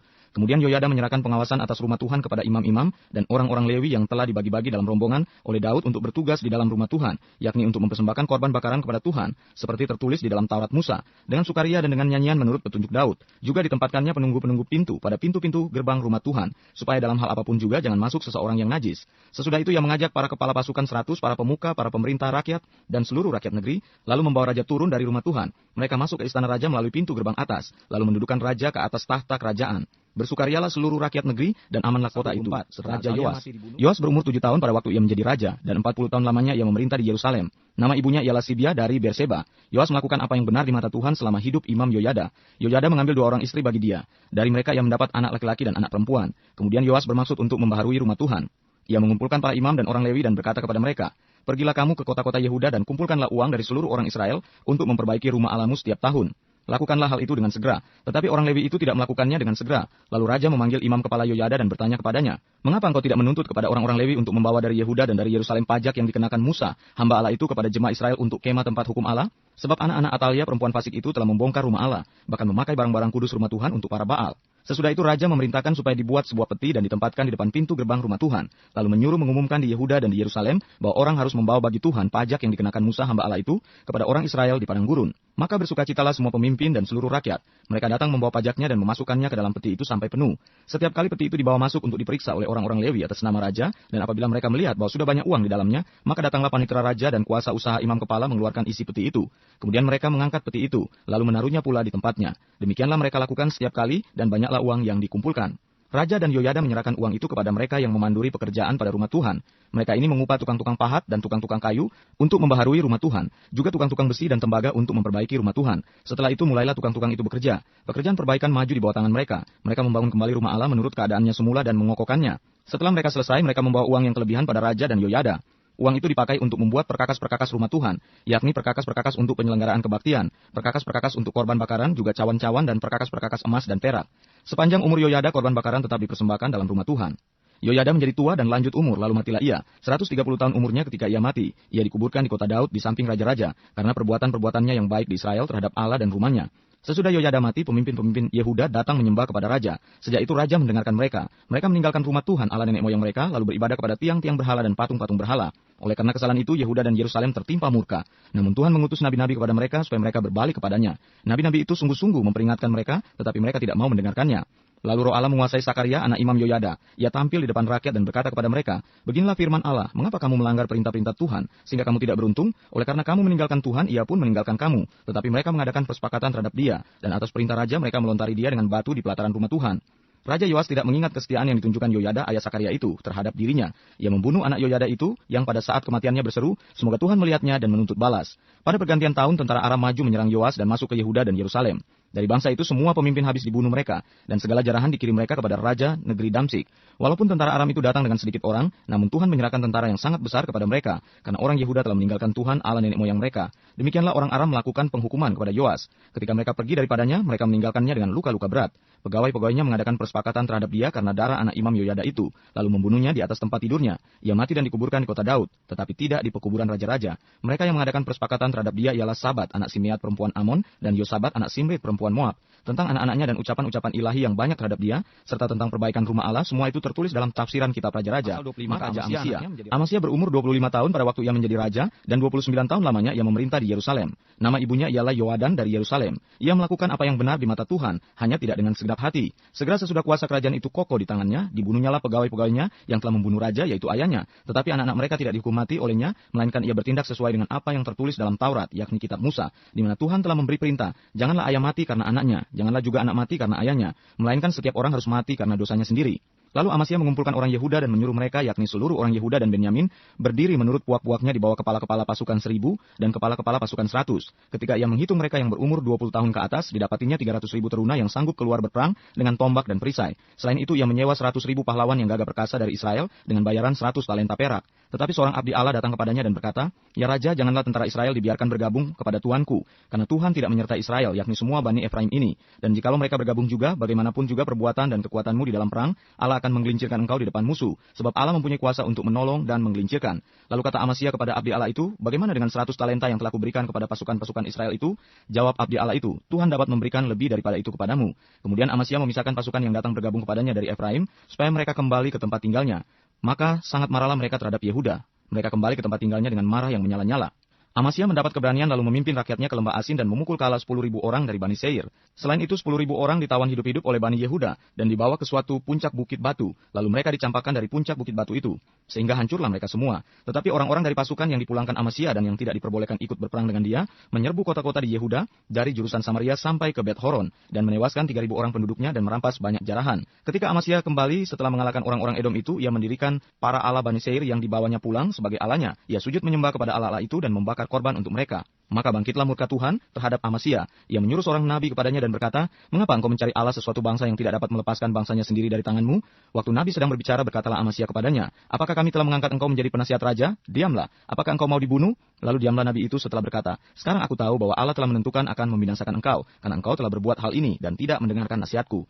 Kemudian Amasya Raja Yehuda mengadakan perundingan, lalu menyuruh orang kepada Yoas bin Yoahas bin Yehu Raja Israel mengatakan, "Mari kita mengadu tenaga." Tetapi Yoas Raja Israel menyuruh orang kepada Amasya Raja Yehuda mengatakan, "Onak yang di Gunung Libanon mengirim pesan kepada pohon aras yang di Gunung Libanon. Bunyinya, berikanlah anakmu perempuan kepada anakku laki-laki menjadi istrinya." Tetapi binatang-binatang hutan yang ada di Gunung Libanon itu berjalan lewat dari sana, lalu menginjak onak itu. "Pikirmu engkau sudah mengalahkan Edom, sebab itu hatimu mengangkat-angkat dirimu untuk mendapat kehormatan. Sekarang tinggal saja di rumah. Untuk apa engkau menantang malapetaka? Sehingga engkau jatuh dan Yehuda bersama-sama engkau." Tetapi Amasya tidak mau mendengarkan, sebab hal itu telah ditetapkan Allah yang hendak menyerahkan mereka ke dalam tangan Yoas, karena mereka telah mencari Allah orang Edom. Sebab itu majulah Yoas Raja Israel lalu mengadu tenaga mereka, ia dan Amasya Raja Yehuda di Bet-Semes yang termasuk wilayah Yehuda. Yehuda terpukul kalah oleh Israel sehingga masing-masing lari ke kemahnya. Yoas Raja Israel menangkap Amasya Raja Yehuda, anak Yoas bin Yoahas di Bet-Semes. Lalu Yoas membawa dia ke Yerusalem. Ia membongkar tembok Yerusalem dari pintu gerbang Efraim sampai ke pintu gerbang sudut, 400 hasta panjangnya. Sesudah itu ia mengambil segala emas dan perak dan segala perkakas yang terdapat dalam rumah Allah dan yang berada di bawah pengawasan keluarga Obed-Edom, juga perbendaharaan istana raja dan orang-orang sandera. Kemudian pulanglah ia ke Samaria. Amasya bin Yoas Raja Yehuda masih hidup 15 tahun lamanya sesudah Yoas bin Yoahas Raja Israel mati. Selebihnya dari riwayat Amasya dari awal sampai akhir, bukankah semuanya itu tertulis dalam kitab Raja-Raja Yehuda dan Israel? Sejak Amasya menjauhi Tuhan, orang mengadakan persepakatan melawan dia di Yerusalem. Sebab itu larilah ia ke Lakis. Tetapi mereka menyuruh mengejar dia ke Lakis. Lalu dibunuhlah ia di sana. Ia diangkut dengan kuda lalu dikuburkan di Usia. Segenap bangsa Yehuda mengambil Usia yang masih berumur 16 tahun dan menobatkan dia menjadi raja menggantikan ayahnya Amasya. Ia memperkuat Elot dan mengembalikannya kepada Yehuda. Sesudah raja mendapat perhentian bersama-sama dengan nenek moyangnya. Usia berumur 16 tahun pada waktu ia menjadi raja, dan 52 tahun lamanya ia memerintah di Yerusalem. Nama ibunya ialah Yekolya dari Yerusalem. Ia melakukan apa yang benar di mata Tuhan, tepat seperti yang dilakukan Amasya ayahnya. Ia mencari Allah selama hidup Sakaria yang mengajarnya supaya takut akan Allah. Dan selama ia mencari Tuhan, Allah membuat segala usahanya berhasil. Maka majulah ia berperang melawan orang-orang Filistin dan membongkar tembok Gad, Yabne dan Asdod, lalu mendirikan kota-kota di sekitar Asdod dan di lain-lain wilayah orang Filistin. Allah menolongnya terhadap orang Filistin dan terhadap orang Arab yang tinggal di Gur Baal dan terhadap orang Meunim. Orang-orang Amon membayar upeti kepada Usia. Namanya termasyur sampai ke Mesir karena kekuatannya yang besar. Usia mendirikan menara di Yerusalem di atas pintu gerbang sudut, di atas pintu gerbang lebak dan di atas penjuru serta mengokohkannya. Ia mendirikan juga menara-menara di padang gurun dan menggali banyak sumur karena banyak ternaknya, baik di dataran rendah maupun di dataran tinggi. Juga ia mempunyai petani-petani dan penjaga-penjaga kebun anggur di gunung-gunung dan di tanah yang subur karena ia suka pada pertanian. Selain itu Usia mempunyai tentara yang sanggup berperang, yang maju berperang dalam laskar-laskar menurut jumlah anak buah yang dicatat oleh panitera Yehiel dan penata usaha Maaseya di bawah pimpinan Hananya salah seorang panglima raja. Kepala-kepala puak, pahlawan-pahlawan yang gagah perkasa itu seluruhnya berjumlah 2.600 orang. Di bawah pimpinan mereka terdapat satu bala tentara, terdiri dari 307.500 orang yang gagah perkasa dalam berperang, untuk membantu raja dalam menghadapi musuh. Usia memperlengkapi seluruh tentara itu dengan perisai, tombak, ketopong, baju sirah, busur, dan batu umban. Ia membuat juga di Yerusalem alat-alat perang ciptaan seorang ahli yang dapat menembakkan anak panah dan batu besar untuk ditempatkan di atas menara-menara dan penjuru-penjuru.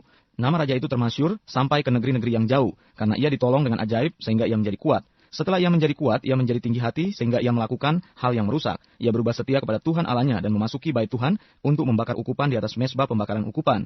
Tetapi Imam Asaria mengikutinya dari belakang bersama-sama 80 imam Tuhan, orang-orang yang tegas. Mereka berdiri di depan Raja Usia dan berkata kepadanya, "Hai Usia, engkau tidak berhak membakar ukupan kepada Tuhan. Hanyalah imam-imam keturunan Harun yang telah dikuduskan yang berhak membakar ukupan.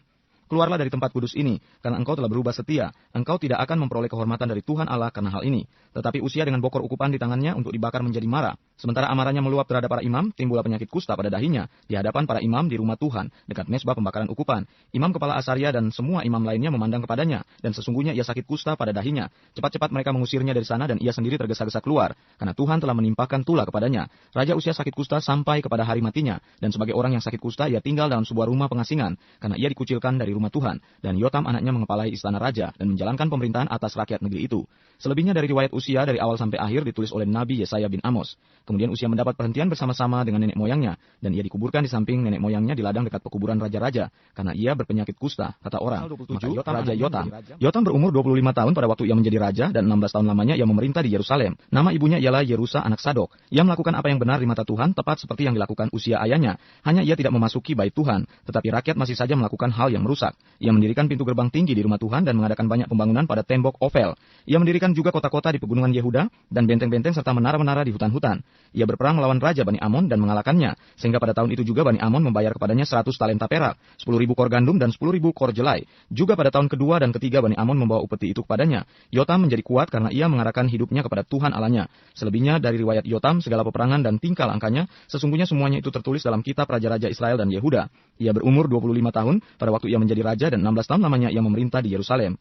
Kemudian Yotam mendapat perhentian bersama-sama nenek moyangnya dan ia dikuburkan di kota Daud. Maka Ahaz anaknya Raja Ahaz.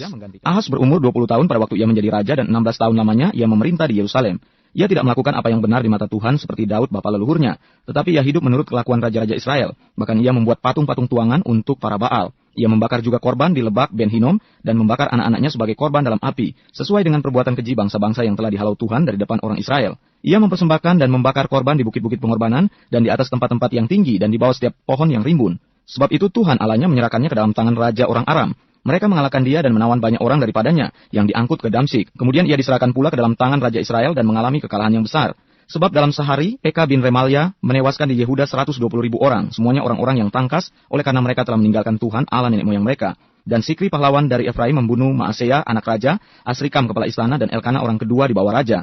Orang Israel menawan dari saudara-saudaranya 200.000 orang, yakni perempuan-perempuan serta anak-anak lelaki dan anak-anak perempuan. Mereka merampas juga banyak harta milik daripada orang-orang itu dan membawa rampasan itu ke Samaria. Tetapi di sana ada seorang nabi Tuhan yang bernama Oded. Ia pergi menemui tentara yang pulang ke Samaria dan berkata kepada mereka, "Lihatlah, karena kehangatan murkanya kepada Yehuda, Tuhan Allah nenek moyangmu menyerahkan mereka ke dalam tanganmu, dan kamu telah mengadakan pembunuhan di antara mereka dengan kegeraman yang sampai ke langit. Dan sekarang kamu bermaksud menaklukkan orang Yehuda dan Yerusalem menjadi hambamu laki-laki dan perempuan. Tidak adakah pada kamu sendiri kesalahan yang besar terhadap Tuhan Allahmu? Maka sekarang dengarkanlah kataku ini. Kembalikanlah orang-orang yang kamu tawan dari saudara-saudaramu itu, karena murka Allah menyala-nyala terhadap kamu." Lalu bangkitlah beberapa pemimpin Bani Efraim, yakni Asaria bin Yohanan, Berekia bin Mesilemot, Yehisia bin Salum, Amasya bin Hadlai menghadapi orang-orang yang pulang dari perang. Dan berkata kepada mereka, "Jangan bawa tawanan-tawanan itu kemari, sebab maksudmu itu menjadikan kita bersalah terhadap Tuhan, dan menambah dosa dan kesalahan kita. Sudah cukup besar kesalahan kita dan murka yang menyala-nyala telah menimpa Israel." Lalu orang-orang yang bersenjata itu meninggalkan tawanan dan barang-barang rampasannya di muka para pemimpin dan seluruh jemaah. Dan orang-orang yang ditunjuk dengan disebut namanya bangkit, lalu menjemput para tawanan itu. Semua orang yang telanjang mereka berikan pakaian dari rampasan itu. Orang-orang itu diberi pakaian, kasut, makanan, dan minuman. Mereka diurapi dengan minyak, dan semua yang terlalu payah untuk berjalan diangkut dengan keledai, dan dibawa ke Yeriko, kota pohon korma, dekat saudara-saudara mereka. Sesudah itu orang Israel itu pulang ke Samaria. Pada waktu itu Raja Ahaz menyuruh utusan kepada Raja negeri Asyur untuk memohon bantuan. Karena orang Edom telah datang pula dan mengalahkan Yehuda serta mengangkut tawanan-tawanan. Orang-orang Filistin juga telah menyerbu kota-kota di daerah bukit dan di tanah Negeb Yehuda. Mereka pun merebut Bet-Semes, Ayalon, Gederot, Soko dengan segala anak kotanya, Timna dengan segala anak kotanya, dan Gomso dengan segala anak kotanya, dan menetap di kota-kota itu. Demikianlah Tuhan merendahkan Yehuda oleh karena Ahaz, Raja Israel itu, membiarkan kebiadaban berlaku di Yehuda dan berubah setia kepada Tuhan. Maka datanglah Tilgat-Pilneser Raja negeri Asyur kepadanya, hanya bukan membantu dia melainkan menyesakkannya. Walaupun Ahaz merampas barang-barang dari rumah Tuhan, dari rumah raja dan dari rumah-rumah para pemimpin, dan menyerahkan semua itu kepada Raja negeri Asyur, namun perbuatannya itu tidak menguntungkan dia. Dalam keadaan terdesak itu Raja Ahaz ini malah semakin berubah setia terhadap Tuhan, yang mempersembahkan korban kepada para Allah orang Damsyik yang telah mengalahkan dia. Pikirnya yang membantu raja-raja orang Aram adalah para Allah mereka. Kepada mereka lah aku akan mempersembahkan korban supaya mereka membantu aku juga. Tetapi Allah-Allah itulah yang menjadi sebab keruntuhan bagi dia dan bersama-sama dengan dia bagi seluruh Israel. Ahaz mengumpulkan perkakas-perkakas rumah Allah dan menghancurkannya. Ia menutup pintu rumah Tuhan lalu membuat mesbah-mesbah bagi dirinya di segenap penjuru Yerusalem. Di tiap-tiap kota di Yehuda ia membuat bukit-bukit pengorbanan untuk membakar korban bagi Allah lain. Dengan demikian ia menyakiti hati Tuhan, Allah nenek moyangnya. Selebihnya dari riwayatnya dan seluruh tingkah langkahnya, dari awal sampai akhir, sesungguhnya semuanya itu tertulis dalam kitab Raja-Raja Yehuda dan Israel. Kemudian Ahaz mendapat perhentian bersama-sama dengan nenek moyangnya, dan dikuburkan di dalam kota di Yerusalem. Tetapi ia tidak dibawa ke pekuburan Raja-Raja Israel. Maka Hizkia anaknya menjadi raja. Hizkia berumur 25 tahun pada waktu ia menjadi raja, dan 29 tahun lamanya ia memerintah di Yerusalem. Nama ibunya ialah Abia anak Sakaria. Ia melakukan apa yang benar di mata Tuhan, tepat seperti yang dilakukan Daud, bapa leluhurnya. Hizkia menguduskan kembali rumah Tuhan. Pada tahun pertama pemerintahannya, dalam bulan yang pertama, ia membuka pintu-pintu rumah Tuhan dan memperbaikinya. Ia mendatangkan para imam dan orang-orang Lewi dan mengumpulkan mereka di halaman sebelah timur. Katanya kepada mereka, "Dengarlah hai orang-orang Lewi, sekarang kuduskanlah dirimu dan kuduskanlah rumah Tuhan, Allah nenek moyangmu. Keluarkanlah kecemaran dari tempat kudus. Karena nenek moyang kita telah berubah setia. Mereka melakukan apa yang jahat di mata Tuhan Allah kita, telah meninggalkannya, mereka telah memalingkan muka dari kediaman Tuhan dan membelakanginya." Bahkan mereka menutup pintu-pintu balai rumah Tuhan dan memadamkan segala pelita. Mereka tidak membakar korban ukupan dan tidak mempersembahkan korban bakaran bagi Allah orang Israel di tempat kudus. Sehingga murka Tuhan menimpa Yehuda dan Yerusalem. Ia membuat mereka menjadi kengerian, kedahsyatan, dan sasaran suitan, seperti yang kamu lihat dengan matamu sendiri. Karena hal itulah nenek moyang kita tewas oleh pedang, dan anak-anak lelaki dan anak-anak perempuan kita beserta istri-istri kita menjadi tawanan. Sekarang aku bermaksud mengikat perjanjian dengan Tuhan Allah Israel, supaya murkanya yang menyala-nyala itu undur daripada kita. Anak-anakku, sekarang janganlah kamu lengah, karena kamu telah dipilih Tuhan untuk berdiri di hadapannya untuk melayani Dia, untuk menyelenggarakan kebaktian dan membakar korban baginya.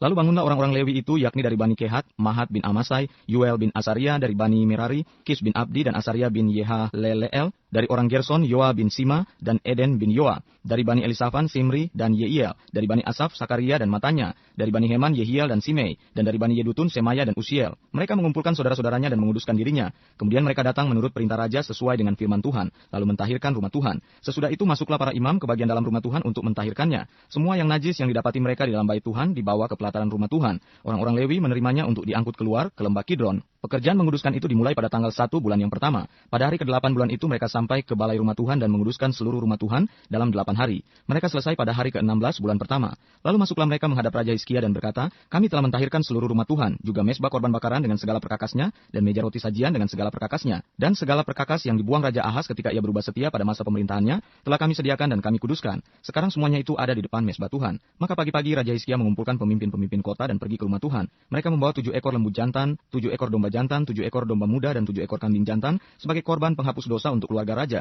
untuk tempat kudus dan untuk Yehuda. Ia memerintahkan anak-anak Harun, yakni para imam, untuk mempersembahkannya di atas mesbah Tuhan. Lalu mereka menyembelih lembu-lembu itu. Para imam menerima darahnya dan menyiramkannya pada mesbah. Kemudian mereka menyembelih domba-domba jantan dan menyiramkan darahnya pada mesbah. Sesudah itu mereka menyembelih domba-domba muda dan menyiramkan darahnya pada mesbah. Selanjutnya mereka membawa kambing-kambing jantan yang akan menjadi korban penghapus dosa ke hadapan raja dan jemaah. Mereka meletakkan tangannya ke atas kambing-kambing itu, dan para imam menyembelihnya dan mempersembahkan darahnya di atas mesbah sebagai korban penghapus dosa untuk mengadakan pendamaian bagi seluruh Israel. Sebab raja telah memerintahkan untuk mempersembahkan korban bakaran dan korban penghapus dosa itu bagi seluruh Israel.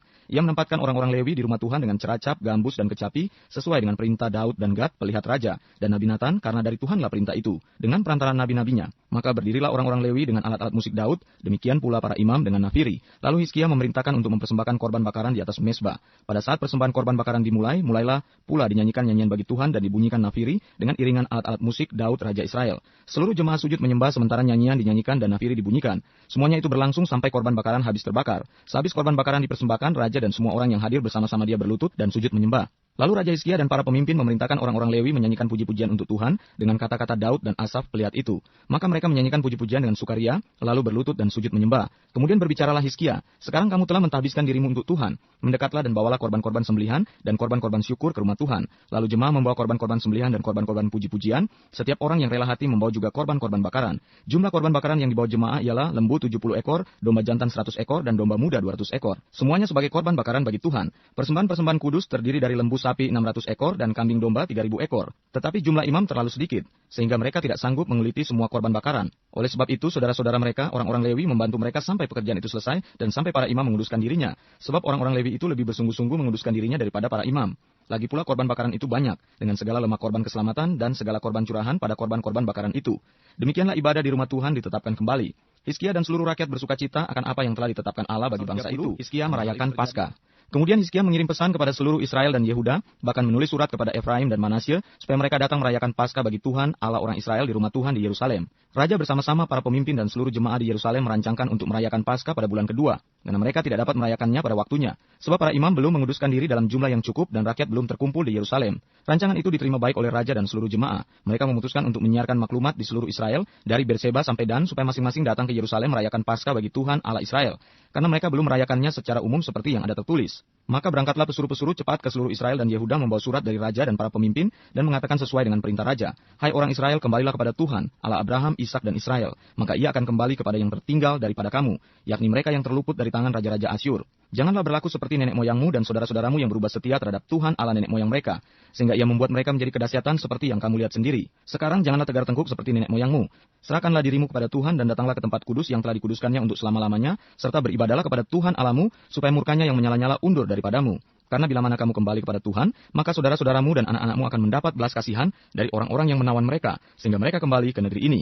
Sebab Tuhan Allahmu pengasih dan penyayang, ia tidak akan memalingkan wajahnya daripada kamu, bila mana kamu kembali kepadanya. Ketika pesuruh-pesuruh cepat itu pergi dari kota ke kota melintasi tanah Efraim dan Manasye sampai ke Sebulon, mereka ditertawakan dan diolok-olok. Namun beberapa orang dari Asyer, Manasye, dan Sebulon merendahkan diri dan datang ke Yerusalem. Di Yehuda nyata pula tangan Allah yang membulatkan hati mereka untuk melakukan perintah raja dan para pemimpin sesuai dengan firman Tuhan. Maka berkumpullah di Yerusalem banyak orang, suatu jemaah yang sangat besar, untuk merayakan hari raya roti tidak beragi pada bulan yang kedua.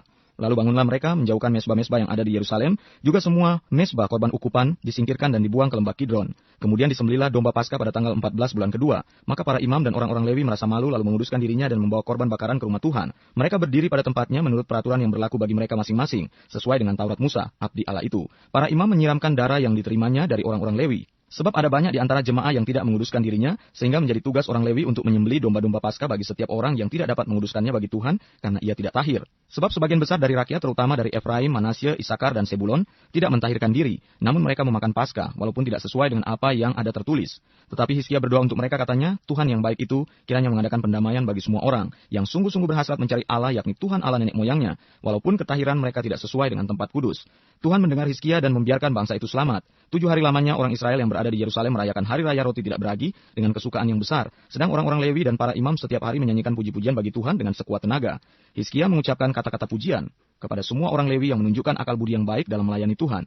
Demikianlah orang memakan makanan perayaan selama 7 hari sambil mempersembahkan korban keselamatan dan mengucapkan syukur kepada Tuhan Allah nenek moyang mereka. Kemudian seluruh jemaah sepakat untuk berhari raya 7 hari lagi. Lalu mereka berhari raya 7 hari lagi dengan sukaria. Sebab Hizkia Raja Yehuda telah menyumbangkan kepada jemaah 1.000 ekor lembu jantan dan 7.000 kambing domba. Juga para pemimpin menyumbangkan kepada jemaah 1.000 ekor lembu jantan dan 10.000 ekor kambing domba. Dan sebagian besar para imam telah menguduskan diri. Seluruh jemaah Yehuda bersukaria, juga para imam dan orang-orang Lewi. Dan seluruh jemaah yang datang dari Israel serta orang-orang asing, baik yang datang dari tanah Israel maupun yang tinggal di Yehuda. Maka besarlah kesukaan di Yerusalem karena sejak Salomo bin Daud Raja Israel tidak pernah terjadi peristiwa semacam itu di Yerusalem. Sesudah itu para imam Lewi bangun berdiri dan memberkati rakyat. Suara mereka didengar Tuhan dan doa mereka sampai ke... Setelah semuanya ini diakhiri, seluruh orang Israel yang hadir pergi ke kota-kota di Yehuda, lalu meremukkan segala tugu berhala, menghancurkan segala tiang berhala, dan merobohkan segala bukit pengorbanan dan mesbah di seluruh Yehuda dan Benyamin, juga di Efraim dan Manasye, sampai musnah semuanya. Kemudian pulanglah seluruh orang Israel ke kota-kotanya, ke miliknya masing-masing.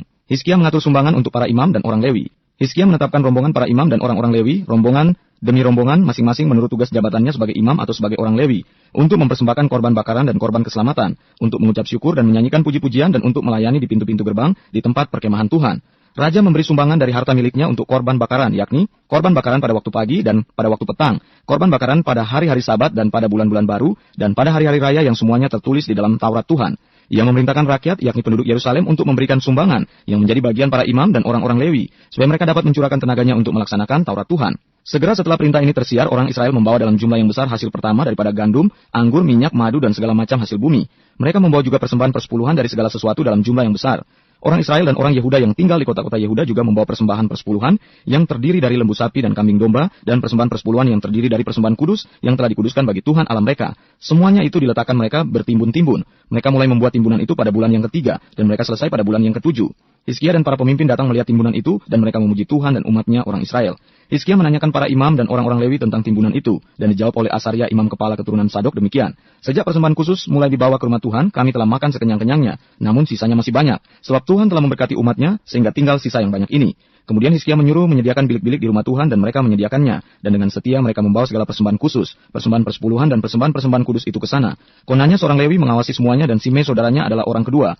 Sedang Yehiel, Asasya, Nahat, Asael, Yerimot, Yosabat, Eliel, Yismakia, Mahat, dan Benanya adalah penilik di bawah konannya dan Simei saudaranya itu, sesuai dengan petunjuk Raja Hizkia dan Asaria kepala rumah Allah. Dan Kore bin Yimna seorang Lewi penunggu pintu gerbang di sebelah timur mengawasi pemberian-pemberian sukarela untuk Allah, serta membagi-bagikan persembahan khusus yang untuk Tuhan dan persembahan-persembahan Maha Kudus. Di kota-kota imam ia dibantu dengan setia oleh Eden, Minyamin, Yesua, Semaya, Amaria, dan Sekanya dalam pembagian itu, kepada saudara-saudara mereka menurut rombongan, kepada orang dewasa dan anak-anak, kecuali kepada setiap orang yang masuk ke rumah Tuhan menurut hari-hari yang ditetapkan, menurut tugas jabatan yang ditugaskan kepadanya dan menurut rombongannya, yakni mereka yang tercatat dalam daftar sebagai laki-laki yang berumur 3 tahun ke atas. Para imam dicatat dalam daftar menurut puak-puak mereka, sedang orang-orang Lewi yang berumur 20 tahun ke atas dicatat menurut tugas dan rombongan mereka. Para imam terdaftar dengan seluruh keluarga mereka, yakni istri, anak laki-laki dan perempuan, serta seluruh kaum itu, karena dengan setia mereka menguduskan diri untuk persembahan kudus. Bagi keturunan Harun, yakni imam-imam yang tinggal di padang-padang pengembalaan sekitar kota-kota mereka, di setiap kota ada orang-orang yang ditunjuk dengan disebut namanya, untuk mengadakan pembagian kepada setiap orang laki-laki dari keluarga imam, dan kepada setiap orang Lewi yang terdaftar. Demikianlah perbuatan Hizkia di seluruh Yehuda, yang melakukan apa yang baik, apa yang jujur, dan apa yang benar di hadapan Tuhan Allahnya, dalam setiap usaha yang dimulainya untuk pelayanannya terhadap rumah Allah, dan untuk pelaksanaan Taurat dan perintah Allah yang mencari Allahnya. Semuanya dilakukannya dengan segenap hati. Yerusalem dikepung oleh Sanherib. Setelah peristiwa yang menunjukkan kesetiaan Hizkia itu, datanglah Sanherib Raja Asyur menyerbu Yehuda, yang mengepung kota-kota berkubu dan berniat merebutnya. Ketika Hizkia mengetahui bahwa Sanherib datang hendak memerangi Yerusalem, ia berunding dengan para panglima dan para pahlawannya untuk menutup segala mata air yang terdapat di luar kota, dan mereka itu bersedia membantunya. Maka berkumpullah banyak orang. Mereka menutup semua mata air dan sungai yang mengalir dari tengah-tengah negeri itu. Kata mereka, mengapa raja-raja Asyur harus mendapat banyak air kalau mereka datang? Dengan sekuat tenaga Hizkia membangun kembali seluruh tembok yang telah terbongkar, mendirikan menara-menara di atasnya dan tembok yang lain di luarnya. Ia memperkuat juga Milo di kota Daud dan membuat lembing dan perisai dalam jumlah yang besar. Ia mengangkat panglima-panglima perang yang mengepalai rakyat, menyuruh mereka berkumpul kepadanya di halaman pintu gerbang kota, dan menenangkan hati mereka dengan kata-kata, kuatkanlah dan teguhkanlah hatimu. Janganlah takut dan terkejut terhadap Raja Asyur serta seluruh laskar yang menyertainya. Karena yang menyertai kita lebih banyak daripada yang menyertai dia. Yang menyertai dia adalah tangan manusia, tetapi yang menyertai kita adalah Tuhan Allah kita, yang membantu kita dan melakukan peperangan kita. Oleh kata-kata Hizkia, Raja Yehuda itu, rakyat mendapat kepercayaannya kembali. Sesudah itu Sanherib, Raja Asyur yang sedang mengepung Lakis dengan seluruh kekuatan tentaranya mengutus beberapa pegawai ke Yerusalem, kepada Hizkia, Raja Yehuda dan kepada semua orang Yehuda yang ada di Yerusalem dengan pesan, beginilah titah Sanherib, Raja Asyur. Apakah yang kamu harapkan? Maka kamu tinggal saja di Yerusalem yang terkepung ini? Bukankah Hizkia memperdayakan kamu supaya kamu mati kelaparan dan kehausan dengan mengatakan, Tuhan Allah kita akan melepaskan kita dari tangan Raja Asyur? Bukankah Hizkia ini yang menjauhkan segala bukit pengorbanan dan mesbah Tuhan itu dan berkata kepada Yehuda dan Yerusalem, hanya di depan satu mesbah kamu harus sujud menyembah dan membakar korban di atasnya? Tidakkah kamu ketahui apa yang aku dan nenek moyangku lakukan terhadap semua bangsa negeri-negeri lain? Apakah para Allah bangsa-bangsa segala negeri itu pernah berhasil melepaskan negeri mereka dari tanganku? Siapa daripada semua Allah bangsa-bangsa yang sudah ditumpas nenek moyangku itu dapat melepaskan bangsanya dari tanganku? Masakan Allahmu dapat melepaskan kamu dari tanganku? Sekarang janganlah Hizkia memperdayakan dan membujuk kamu seperti ini. Janganlah percaya kepadanya karena tidak ada Allah dari bangsa atau kerajaan manapun yang dapat melepaskan bangsanya dari tanganku dan dari tangan nenek moyangku. Lebih-lebih lagi Allahmu itu tak akan dapat melepaskan kamu dari tanganku. Dan masih banyak lagi yang diucapkan pegawai-pegawai Sanherib itu menentang Tuhan Allah dan menentang Hizkia hambanya. Ia menulis juga surat yang penuh celah dan hujat terhadap Tuhan Allah Israel. Bunyinya, sebagaimana para Allah bangsa-bangsa segala negeri lain tidak dapat melepaskan bangsanya dari tanganku, demikian pula Allah Hizkia tak akan dapat melepaskan bangsanya dari tanganku. Dan mereka berseru dengan suara nyaring dalam bahasa Yehuda kepada rakyat Yerusalem yang ada di atas tembok, untuk menakutkan dan mengejutkan mereka, supaya mereka dapat merebut kota itu. Mereka berbicara tentang Allah Yerusalem seperti tentang para Allah bangsa-bangsa di dunia, adalah buatan tangan manusia. Yerusalem luput dari tangan Sanherib. Tetapi oleh karena itu Raja Hizkia dan Nabi Yesaya bin Amos berdoa dan berseru kepada sorga. Lalu Tuhan mengirim malaikat yang melenyapkan semua pahlawan yang gagah perkasa, pemuka dan panglima yang ada di perkemahan Raja Asyur, sehingga ia kemalu-maluan kembali ke negerinya. Kemudian ia ditewaskan dengan pedang oleh anak-anak kandungnya sendiri ketika ia memasuki rumah Allahnya. Demikianlah Tuhan menyelamatkan Hizkia dan penduduk Yerusalem dari tangan Sanherib, Raja Asyur dan dari tangan semua musuhnya. Dan ia mengaruniakan keamanan kepada mereka di segala penjuru. Banyak orang membawa persembahan ke Yerusalem untuk Tuhan dan barang-barang berharga untuk Hizkia, Raja Yehuda itu. Sejak itu ia diagungkan oleh semua bangsa. Tahun-tahun terakhir dari pemerintahan Hizkia, pada hari-hari itu Hizkia jatuh sakit sehingga hampir mati. Ia berdoa kepada Tuhan dan Tuhan berfirman kepadanya dan memberikannya suatu tanda ajaib. Tetapi Hizkia tidak berterima kasih atas kebaikan yang ditunjukkan kepadanya, karena ia menjadi angku, sehingga ia dan Yehuda dan Yerusalem ditimpa murka. Tetapi ia sadar akan keangkuhannya itu dan merendahkan diri bersama-sama dengan penduduk Yerusalem. Sehingga murka Tuhan tidak menimpa mereka pada zaman Hizkia. Hizkia mendapat kekayaan dan kemuliaan yang sangat besar. Ia membuat perbendaharaan untuk emas, perak, batu permata yang mahal-mahal, rempah-rempah, perisai-perisai, dan segala macam barang yang indah-indah. Juga tempat perbekalan untuk hasil gandum, untuk anggur dan minyak, dan kandang-kandang untuk berbagai jenis hewan besar, dan kandang-kandang untuk kawanan kambing domba. Ia mendirikan kota-kota, memperoleh banyak kambing domba dan lembu sapi, karena Allah mengaruniakan dia harta milik yang amat besar.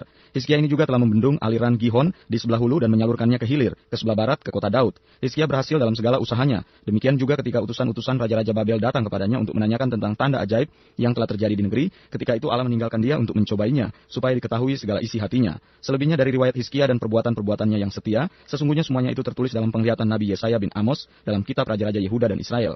Kemudian Hizkia mendapat perhentian bersama-sama dengan nenek moyangnya dan dikuburkan di pendakian ke pekuburan anak-anak Daud. Pada waktu kematiannya, seluruh Yehuda dan penduduk Yerusalem memberi penghormatan kepadanya. Maka Manasya berumur 12 tahun pada waktu ia menjadi raja dan 55 tahun lamanya ia memerintah di Yerusalem. Ia melakukan apa yang jahat di mata Tuhan sesuai dengan perbuatan keji bangsa-bangsa yang telah dihalaukan Tuhan dari depan orang Israel. Ia mendirikan kembali bukit-bukit pengorbanan yang telah dirobohkan oleh Hizkia ayahnya. Ia membangun mesbah-mesbah untuk para Baal, membuat patung-patung Asyera dan sujud menyembah kepada segenap tentara langit dan beribadah kepadanya. Ia mendirikan mesbah-mesbah di rumah Tuhan, walaupun sehubungan dengan rumah itu Tuhan telah berfirman, di Yerusalem namaku akan tinggal untuk selama-lamanya. Dan ia mendirikan juga mesbah-mesbah bagi segenap tentara langit di kedua pelataran rumah Tuhan. Bahkan ia mempersembahkan anak-anaknya sebagai korban dalam api di lebak Ben Hinnom. Ia melakukan ramal, telaa dan sihir dan menghubungi para pemanggil arwah dan para pemanggil roh peramal. Ia melakukan banyak yang jahat di mata Tuhan, sehingga ia menimbulkan sakit hatinya. Ia menaruh juga patung berhala yang telah dibuatnya dalam rumah Allah, walaupun Allah telah berfirman kepada Daud dan kepada Salomo anaknya, dalam rumah ini dan di Yerusalem yang telah kupilih, dari antara segala suku Israel, aku akan menaruh namaku untuk selama-lamanya. Aku tidak akan membuat pula orang Israel berjejak keluar dari tanah yang telah kutentukan untuk nenek moyangmu, asal saja mereka melakukan dengan setia segala yang telah kuperintahkan kepada mereka, dengan perantaraan Musa, yakni segala hukum, ketetapan, dan peraturan. Tetapi Manasya menyesatkan Yehuda dan penduduk Yerusalem, sehingga mereka melakukan yang jahat lebih daripada bangsa-bangsa yang telah dipunahkan Tuhan dari depan orang Israel. Kemudian berfirmanlah Tuhan kepada Manasya dan rakyatnya, tetapi mereka tidak menghiraukannya. Oleh sebab itu Tuhan mendatangkan kepada mereka panglima-panglima tentara Raja Asyur yang menangkap Manasya dengan kaitan, membelenggunya dengan rantai tembaga dan membawanya ke Babel. Dalam keadaan yang terdesak ini, ia berusaha melunakkan hati Tuhan Allahnya. Ia sangat merendahkan diri di hadapan Allah nenek moyangnya dan berdoa kepadanya. Maka Tuhan mengabulkan doanya dan mendengarkan permohonannya. Ia membawanya kembali ke Yerusalem dan memulihkan kedudukannya sebagai raja. Dan Manasya mengakui bahwa Tuhan itu Allah. Kemudian ia mendirikan tembok luar pada kota Daud di sebelah barat Gihon di lembah sampai dekat pintu gerbang ikan, mengelilingi Ofel. Tembok itu dibuatnya sangat tinggi. Ia menempatkan juga panglima-panglima perang di tiap kota kubu di Yehuda. Ia menjauhkan ala-ala asing dan berhala dari rumah Tuhan, juga segala mesbah yang didirikannya di atas gunung rumah Tuhan dan di Yerusalem dan membuangnya keluar kota. Ia menegakkan kembali mesbah Tuhan, mempersembahkan korban keselamatan dan korban syukur di atasnya, menyerukan kepada Yehuda untuk beribadah kepada Tuhan Allah Israel. Walaupun demikian, rakyat masih mempersembahkan korban di bukit-bukit pengorbanan, tetapi hanya kepada Tuhan Allah mereka. Selebihnya dari riwayat Manasya, doanya kepada Allahnya dan ucapan-ucapan para pelihat yang berkata-kata kepadanya dengan nama Tuhan Allah Israel, sesungguhnya semuanya itu terdapat dalam riwayat raja-raja Israel. Doanya dan pengabulan doanya, segala dosa dan ketidaksetiaannya, semua tempat di mana ia telah membangun bukit-bukit pengorbanan, serta mendirikan tiang-tiang berhala dan patung-patung sebelum ia merendahkan diri, sesungguhnya semuanya itu tertulis dalam riwayat para pelihat. Kemudian Manasya mendapat perhentian bersama-sama dengan nenek moyangnya, dan ia dikuburkan di dalam istananya. Maka Amon anaknya menjadi raja menggantikan dia. Raja Amon. Amon berumur 22 tahun pada waktu ia menjadi raja, dan 2 tahun lamanya ia memerintah di Yerusalem. Ia melakukan apa yang jahat di mata Tuhan seperti yang telah dilakukan Manasya ayahnya. Amon mempersembahkan korban kepada segala patung yang dibuat Manasya ayahnya dan beribadah kepada patung-patung itu. Tetapi ia tidak merendahkan diri di hadapan Tuhan seperti Manasya ayahnya merendahkan diri. Malah Amon makin banyak kesalahannya. Maka pegawai-pegawainya mengadakan persepakatan melawan dia dan membunuhnya di istananya. Tetapi rakyat negeri itu membunuh semua orang yang mengadakan persepakatan melawan Raja Amon, dan rakyat negeri itu mengangkat Raja Yosia, pembaruan yang dilakukan Yosia. Yosia berumur 8 tahun pada waktu ia menjadi raja dan 31 tahun lamanya ia memerintah di Yerusalem. Ia melakukan apa yang benar di mata Tuhan dan hidup seperti Daud bapa leluhurnya, dan tidak menyimpang ke kanan atau ke kiri. Pada tahun ke-8 dari pemerintahannya, ketika ia masih muda belia, ia mulai mencari Allah Daud bapa leluhurnya, dan pada tahun ke-12 ia mulai mentahirkan Yehuda dan Yerusalem daripada bukit-bukit pengorbanan, tiang-tiang berhala, patung-patung, pahatan, dan patung-patung tuangan. Mesbah-mesbah para Baal dirobohkan di hadapannya. Ia menghancurkan pedupan-pedupan yang ada di atasnya. Ia meremukan dan menghancur lulukan tiang-tiang berhala, patung-patung pahatan, dan patung-patung tuangan, dan menghamburkannya ke atas kuburan orang-orang yang mempersembahkan korban kepada berhala-berhala itu. Tulang-tulang para imam dibakarnya di atas mesbah-mesbah mereka. Demikianlah ia mentahirkan Yehuda dan Yerusalem. Juga di kota-kota Manasya, Efraim, dan Simeon, sampai di kota-kota Naftali yang di mana-mana telah menjadi reruntuhan. Ia merobohkan segala mesbah dan tiang berhala, meremukan segala patung pahatan, serta menghancur lulukannya dan menghancurkan semua pedupaan di seluruh tanah Israel. Sesudah itu ia kembali ke Yerusalem. Kitab Taurat ditemukan kembali. Pada tahun ke-18 dari pemerintahannya, setelah selesai mentahirkan negeri dan rumah Tuhan, ia menyuruh Safan bin Asalya dan Maaseya penguasa kota, serta Yoa bin Yoahas bendahara negara untuk memperbaiki rumah Tuhan Allahnya. Maka datanglah mereka kepada imam besar Hilkia dan menyerahkan kepadanya uang yang telah dibawa ke rumah Allah dan yang telah dikumpulkan oleh orang-orang Lewi, yakni oleh para penjaga pintu, dari orang-orang Manasya dan Efraim, dan dari semua orang yang masih tinggal dari Israel, pula dari seluruh orang Yehuda dan Benyamin, dan dari penduduk Yerusalem. Uang itu diberikan mereka ke tangan para pekerja yang diangkat untuk mengawasi rumah Tuhan, dan mereka itu yang bekerja dalam rumah Tuhan, mengeluarkannya untuk membetulkan dan memperbaiki rumah itu. Mereka memberikannya kepada tukang-tukang kayu dan tukang-tukang bangunan, supaya tukang-tukang itu membeli batu pahat dan kayu untuk tupai-tupai, dan untuk memasang balok-balok pada gedung-gedung yang oleh raja-raja Yehuda dibiarkan roboh. Orang-orang itu melakukan pekerjaan itu dengan setia. Orang-orang yang diangkat menjadi pengawas mereka ialah Yahat dan Obaja, orang-orang Lewi dari Bani Merari. Sedangkan Sakaria dan Mesulam dari Bani Kehat mengepalai semua. Dan semua orang Lewi yang pandai memainkan alat-alat musik, mengepalai kuli-kuli dan mengiringi semua tukang dalam pekerjaan apapun. Dari antara orang-orang Lewi itu ada yang menjadi panitera, pengatur atau penunggu pintu gerbang. Ketika mereka mengeluarkan uang yang telah dibawa ke rumah Tuhan, Imam Hilkia menemukan kitab Taurat Tuhan yang diberikan dengan perantaran Musa. Maka berkatalah Hilkia kepada Safan, panitera negara itu, "Aku telah menemukan kitab Taurat di rumah Tuhan." Lalu Hilkia memberikan kitab itu kepada Safan, dan Safan membawa kitab itu kepada raja. Ia juga menyampaikan kabar kepada raja. Segala sesuatu yang ditugaskan kepada hamba-hambamu telah mereka laksanakan. Mereka telah mengambil seluruh uang yang terdapat di rumah Tuhan dan memberikannya ke tangan para pengawas dan para pekerja. Safan panitera negara itu memberitahukan juga kepada raja, "Imam Hilkia telah memberikan kitab kepadaku." Lalu Safan membacakan sebagian di depan raja. Segera sesudah raja mendengar perkataan Taurat itu, dikoyakkannyalah pakaiannya. Kemudian raja memberi perintah kepada Hilkia, kepada Ahikam bin Safan, kepada Abdon bin Mika, kepada Safan panitera negara itu, dan kepada Asaya hamba raja katanya, "Pergilah, mintalah petunjuk Tuhan bagiku, bagi yang masih tinggal di Israel dan di Yehuda, tentang perkataan kitab yang ditemukan ini, sebab hebat kehangatan murka Tuhan yang dicurahkan kepada kita, oleh karena nenek moyang kita tidak memelihara firman Tuhan dengan berbuat tepat seperti yang tertulis dalam kitab ini." Maka pergilah Hilkia dengan orang-orang yang disuruh raja kepada Nabi Hulda, istri seorang yang mengurus pakaian-pakaian, yaitu Salum bin Tokat bin Hasra, penunggu pakaian-pakaian. Nabiya itu tinggal di Yerusalem, di perkampungan baru. Mereka berbicara kepadanya sebagaimana yang diperintahkan. Perempuan itu menjawab mereka, beginilah firman Tuhan Allah Israel. Katakanlah kepada orang yang menyuruh kamu kepadaku, beginilah firman Tuhan. Sesungguhnya aku akan mendatangkan malapetaka atas tempat ini dan atas penduduknya, yakni segala kutub yang tertulis dalam kitab yang telah dibacakan di depan Raja Yehuda. Karena mereka meninggalkan aku dan membakar korban kepada Allah lain dengan maksud menimbulkan sakit hatiku dengan segala pekerjaan tangan mereka. Sebab itu nyala murkaku akan dicurahkan ke tempat ini dengan tidak padam-padam. Tetapi kepada Raja Yehuda yang telah menyuruh kamu untuk meminta petunjuk Tuhan, harus kamu katakan demikian. Beginilah firman Tuhan Allah Israel, mengenai perkataan yang telah kau dengar itu, oleh karena engkau sudah menyesal dan engkau merendahkan diri di hadapan Allah, pada waktu engkau mendengar firman-Nya terhadap tempat ini dan terhadap penduduknya, oleh karena engkau merendahkan diri di hadapanku, mengoyakkan pakaianmu dan menangis di hadapanku, aku pun telah mendengarnya. Demikianlah firman Tuhan.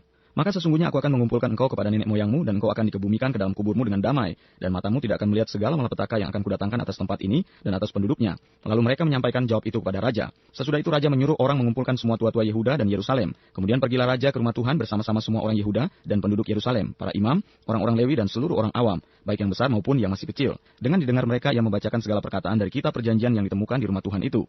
Sesudah itu berdirilah raja pada tempatnya dan diikatnyalah perjanjian di hadapan Tuhan untuk hidup dengan mengikuti Tuhan dan tetap menuruti perintah-perintahnya, peraturan-peraturannya dan ketetapan-ketetapannya dengan segenap hatinya dan dengan segenap jiwanya, dan untuk melakukan perkataan perjanjian yang tertulis dalam kitab itu.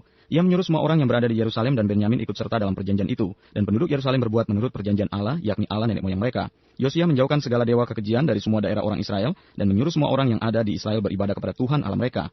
Maka sepanjang hidup Yosia mereka merayakan Paskah. Kemudian Yosia merayakan Paskah bagi Tuhan di Yerusalem. Domba Paskah disembelih pada tanggal 14 bulan yang pertama. Ia menetapkan tugas para imam dan mendorong mereka menunaikan tugas jabatannya dalam rumah Tuhan. Berkatalah ia kepada orang-orang Lewi yang adalah pengajar seluruh Israel dan orang-orang kudus Tuhan, tempatkanlah tabut kudus itu di dalam rumah yang telah didirikan Salomo bin Daud Raja Israel. Tidak usah lagi kamu mengusungnya. Sekarang layanilah Tuhan Allahmu dan Israel umatnya. Bersiaplah menurut puak-puakmu dan menurut rombonganmu sebagaimana yang dituliskan Daud Raja Israel dan Salomo anaknya. Berdirilah di halaman tempat kudus menurut golongan puak saudara-saudaramu yang lain, yakni kaum awam dengan satu rombongan puak orang Lewi untuk tiap golongan saudara-saudaramu itu. Sembelilah domba Paskah, kuduskanlah dirimu dan adakanlah persiapan bagi saudara-saudaramu, supaya dilakukan apa yang difirmankan Tuhan dengan perantaraan Musa. Yosia menyumbangkan kepada kaum awam sejumlah 30.000 ekor kambing domba, yakni domba-domba dan kambing-kambing jantan yang muda, semuanya sebagai korban Paskah bagi semua orang yang hadir. Selain itu disumbangkannya 3.000 ekor lembu, semuanya itu dari harta milik raja. Juga para panglimanya memberi sumbangan sukarela kepada rakyat, para imam dan orang-orang Lewi. Kemudian Hilkia, Sakaria dan Yehiel, para pemuka rumah Allah, memberi kepada para imam 2.600 ekor kambing domba sebagai korban Paskah, dan selain itu 300 ekor lembu. Lalu Konanya dan kedua saudaranya Semaya dan Netaneel, serta Hasabya, Yeiel dan Yosabat, para pemimpin orang-orang Lewi,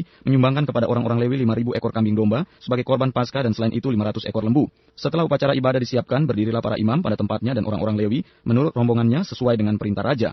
Maka disembelihlah domba Paskah dan para imam menyiramkan darah yang mereka terima dari orang-orang Lewi, sedang orang-orang Lewi menguliti domba itu. Tetapi mereka memisahkan korban bakaran untuk diserahkan kepada kaum awam menurut golongan puak mereka, supaya dipersembahkan kepada Tuhan sebagaimana tertulis dalam kitab Musa. Demikian pula dilakukan mereka dengan lembu-lembu. Kemudian mereka memasak domba Paskah di atas api sesuai dengan peraturan, sedang persembahan-persembahan kudus mereka masak dalam kuali, belanga dan pinggan, lalu membawanya cepat-cepat kepada segenap kaum awam. Kemudian mereka menyediakannya bagi dirinya dan bagi para imam, karena para imam yakni anak-anak Harun sampai malam hari sibuk mempersembahkan korban bakaran dan segala lemak. Oleh sebab itu orang-orang Lewi menyediakannya bagi dirinya dan bagi para imam, yakni anak-anak Harun. Para penyanyi yakni Bani Asaf ada pada tempat mereka sesuai dengan perintah Daud, Asaf, Heman dan Yedutun pelihat raja itu. Juga para penunggu pintu gerbang ada pada tiap-tiap pintu gerbang. Mereka tidak usah meninggalkan tugas mereka, karena saudara-saudara mereka, orang-orang Lewi menyediakannya untuk mereka.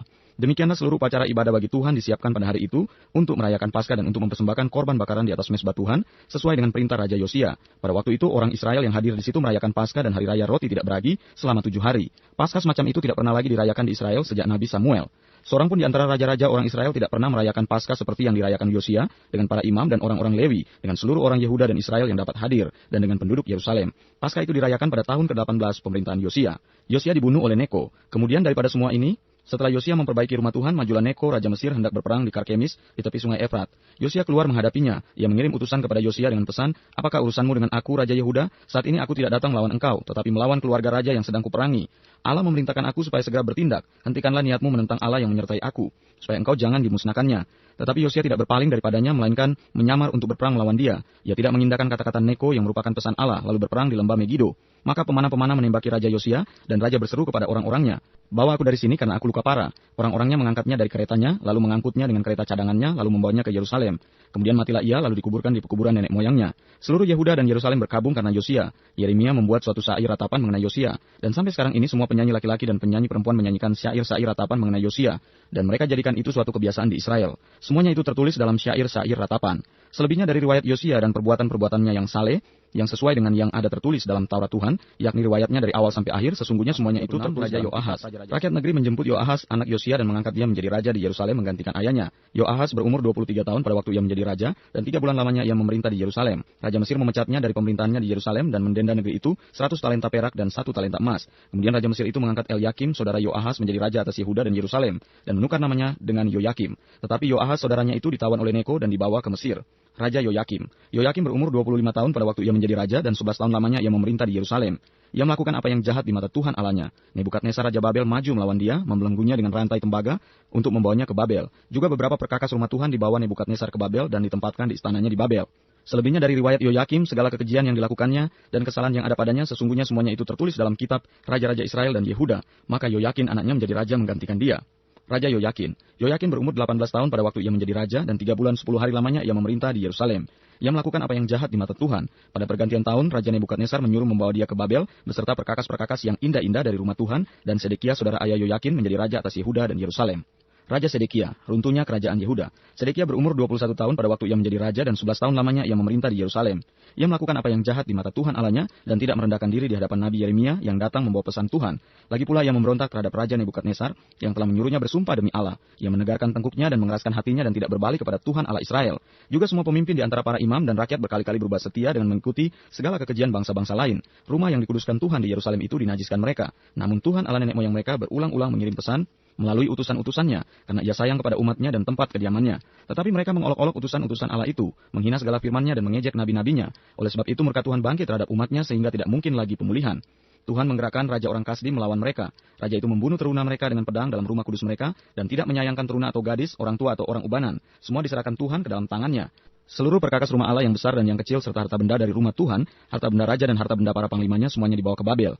Mereka membakar rumah Allah, merobohkan tembok Yerusalem dan membakar segala puri dalam kota itu dengan api, sehingga musnahlah segala perabotannya yang indah-indah. Mereka yang masih tinggal dan yang luput dari pedang diangkutnya ke Babel, dan mereka menjadi budaknya dan budak anak-anaknya sampai kerajaan Persia berkuasa. Dengan demikian genaplah firman Tuhan yang diucapkan Yeremia, sampai tanah itu pulih dari akibat dilalaikannya tahun-tahun sabatnya, karena tanah itu tandus selama menjalani sabat hingga genaplah 70 tahun. Kores mengizinkan orang-orang buangan pulang ke negerinya.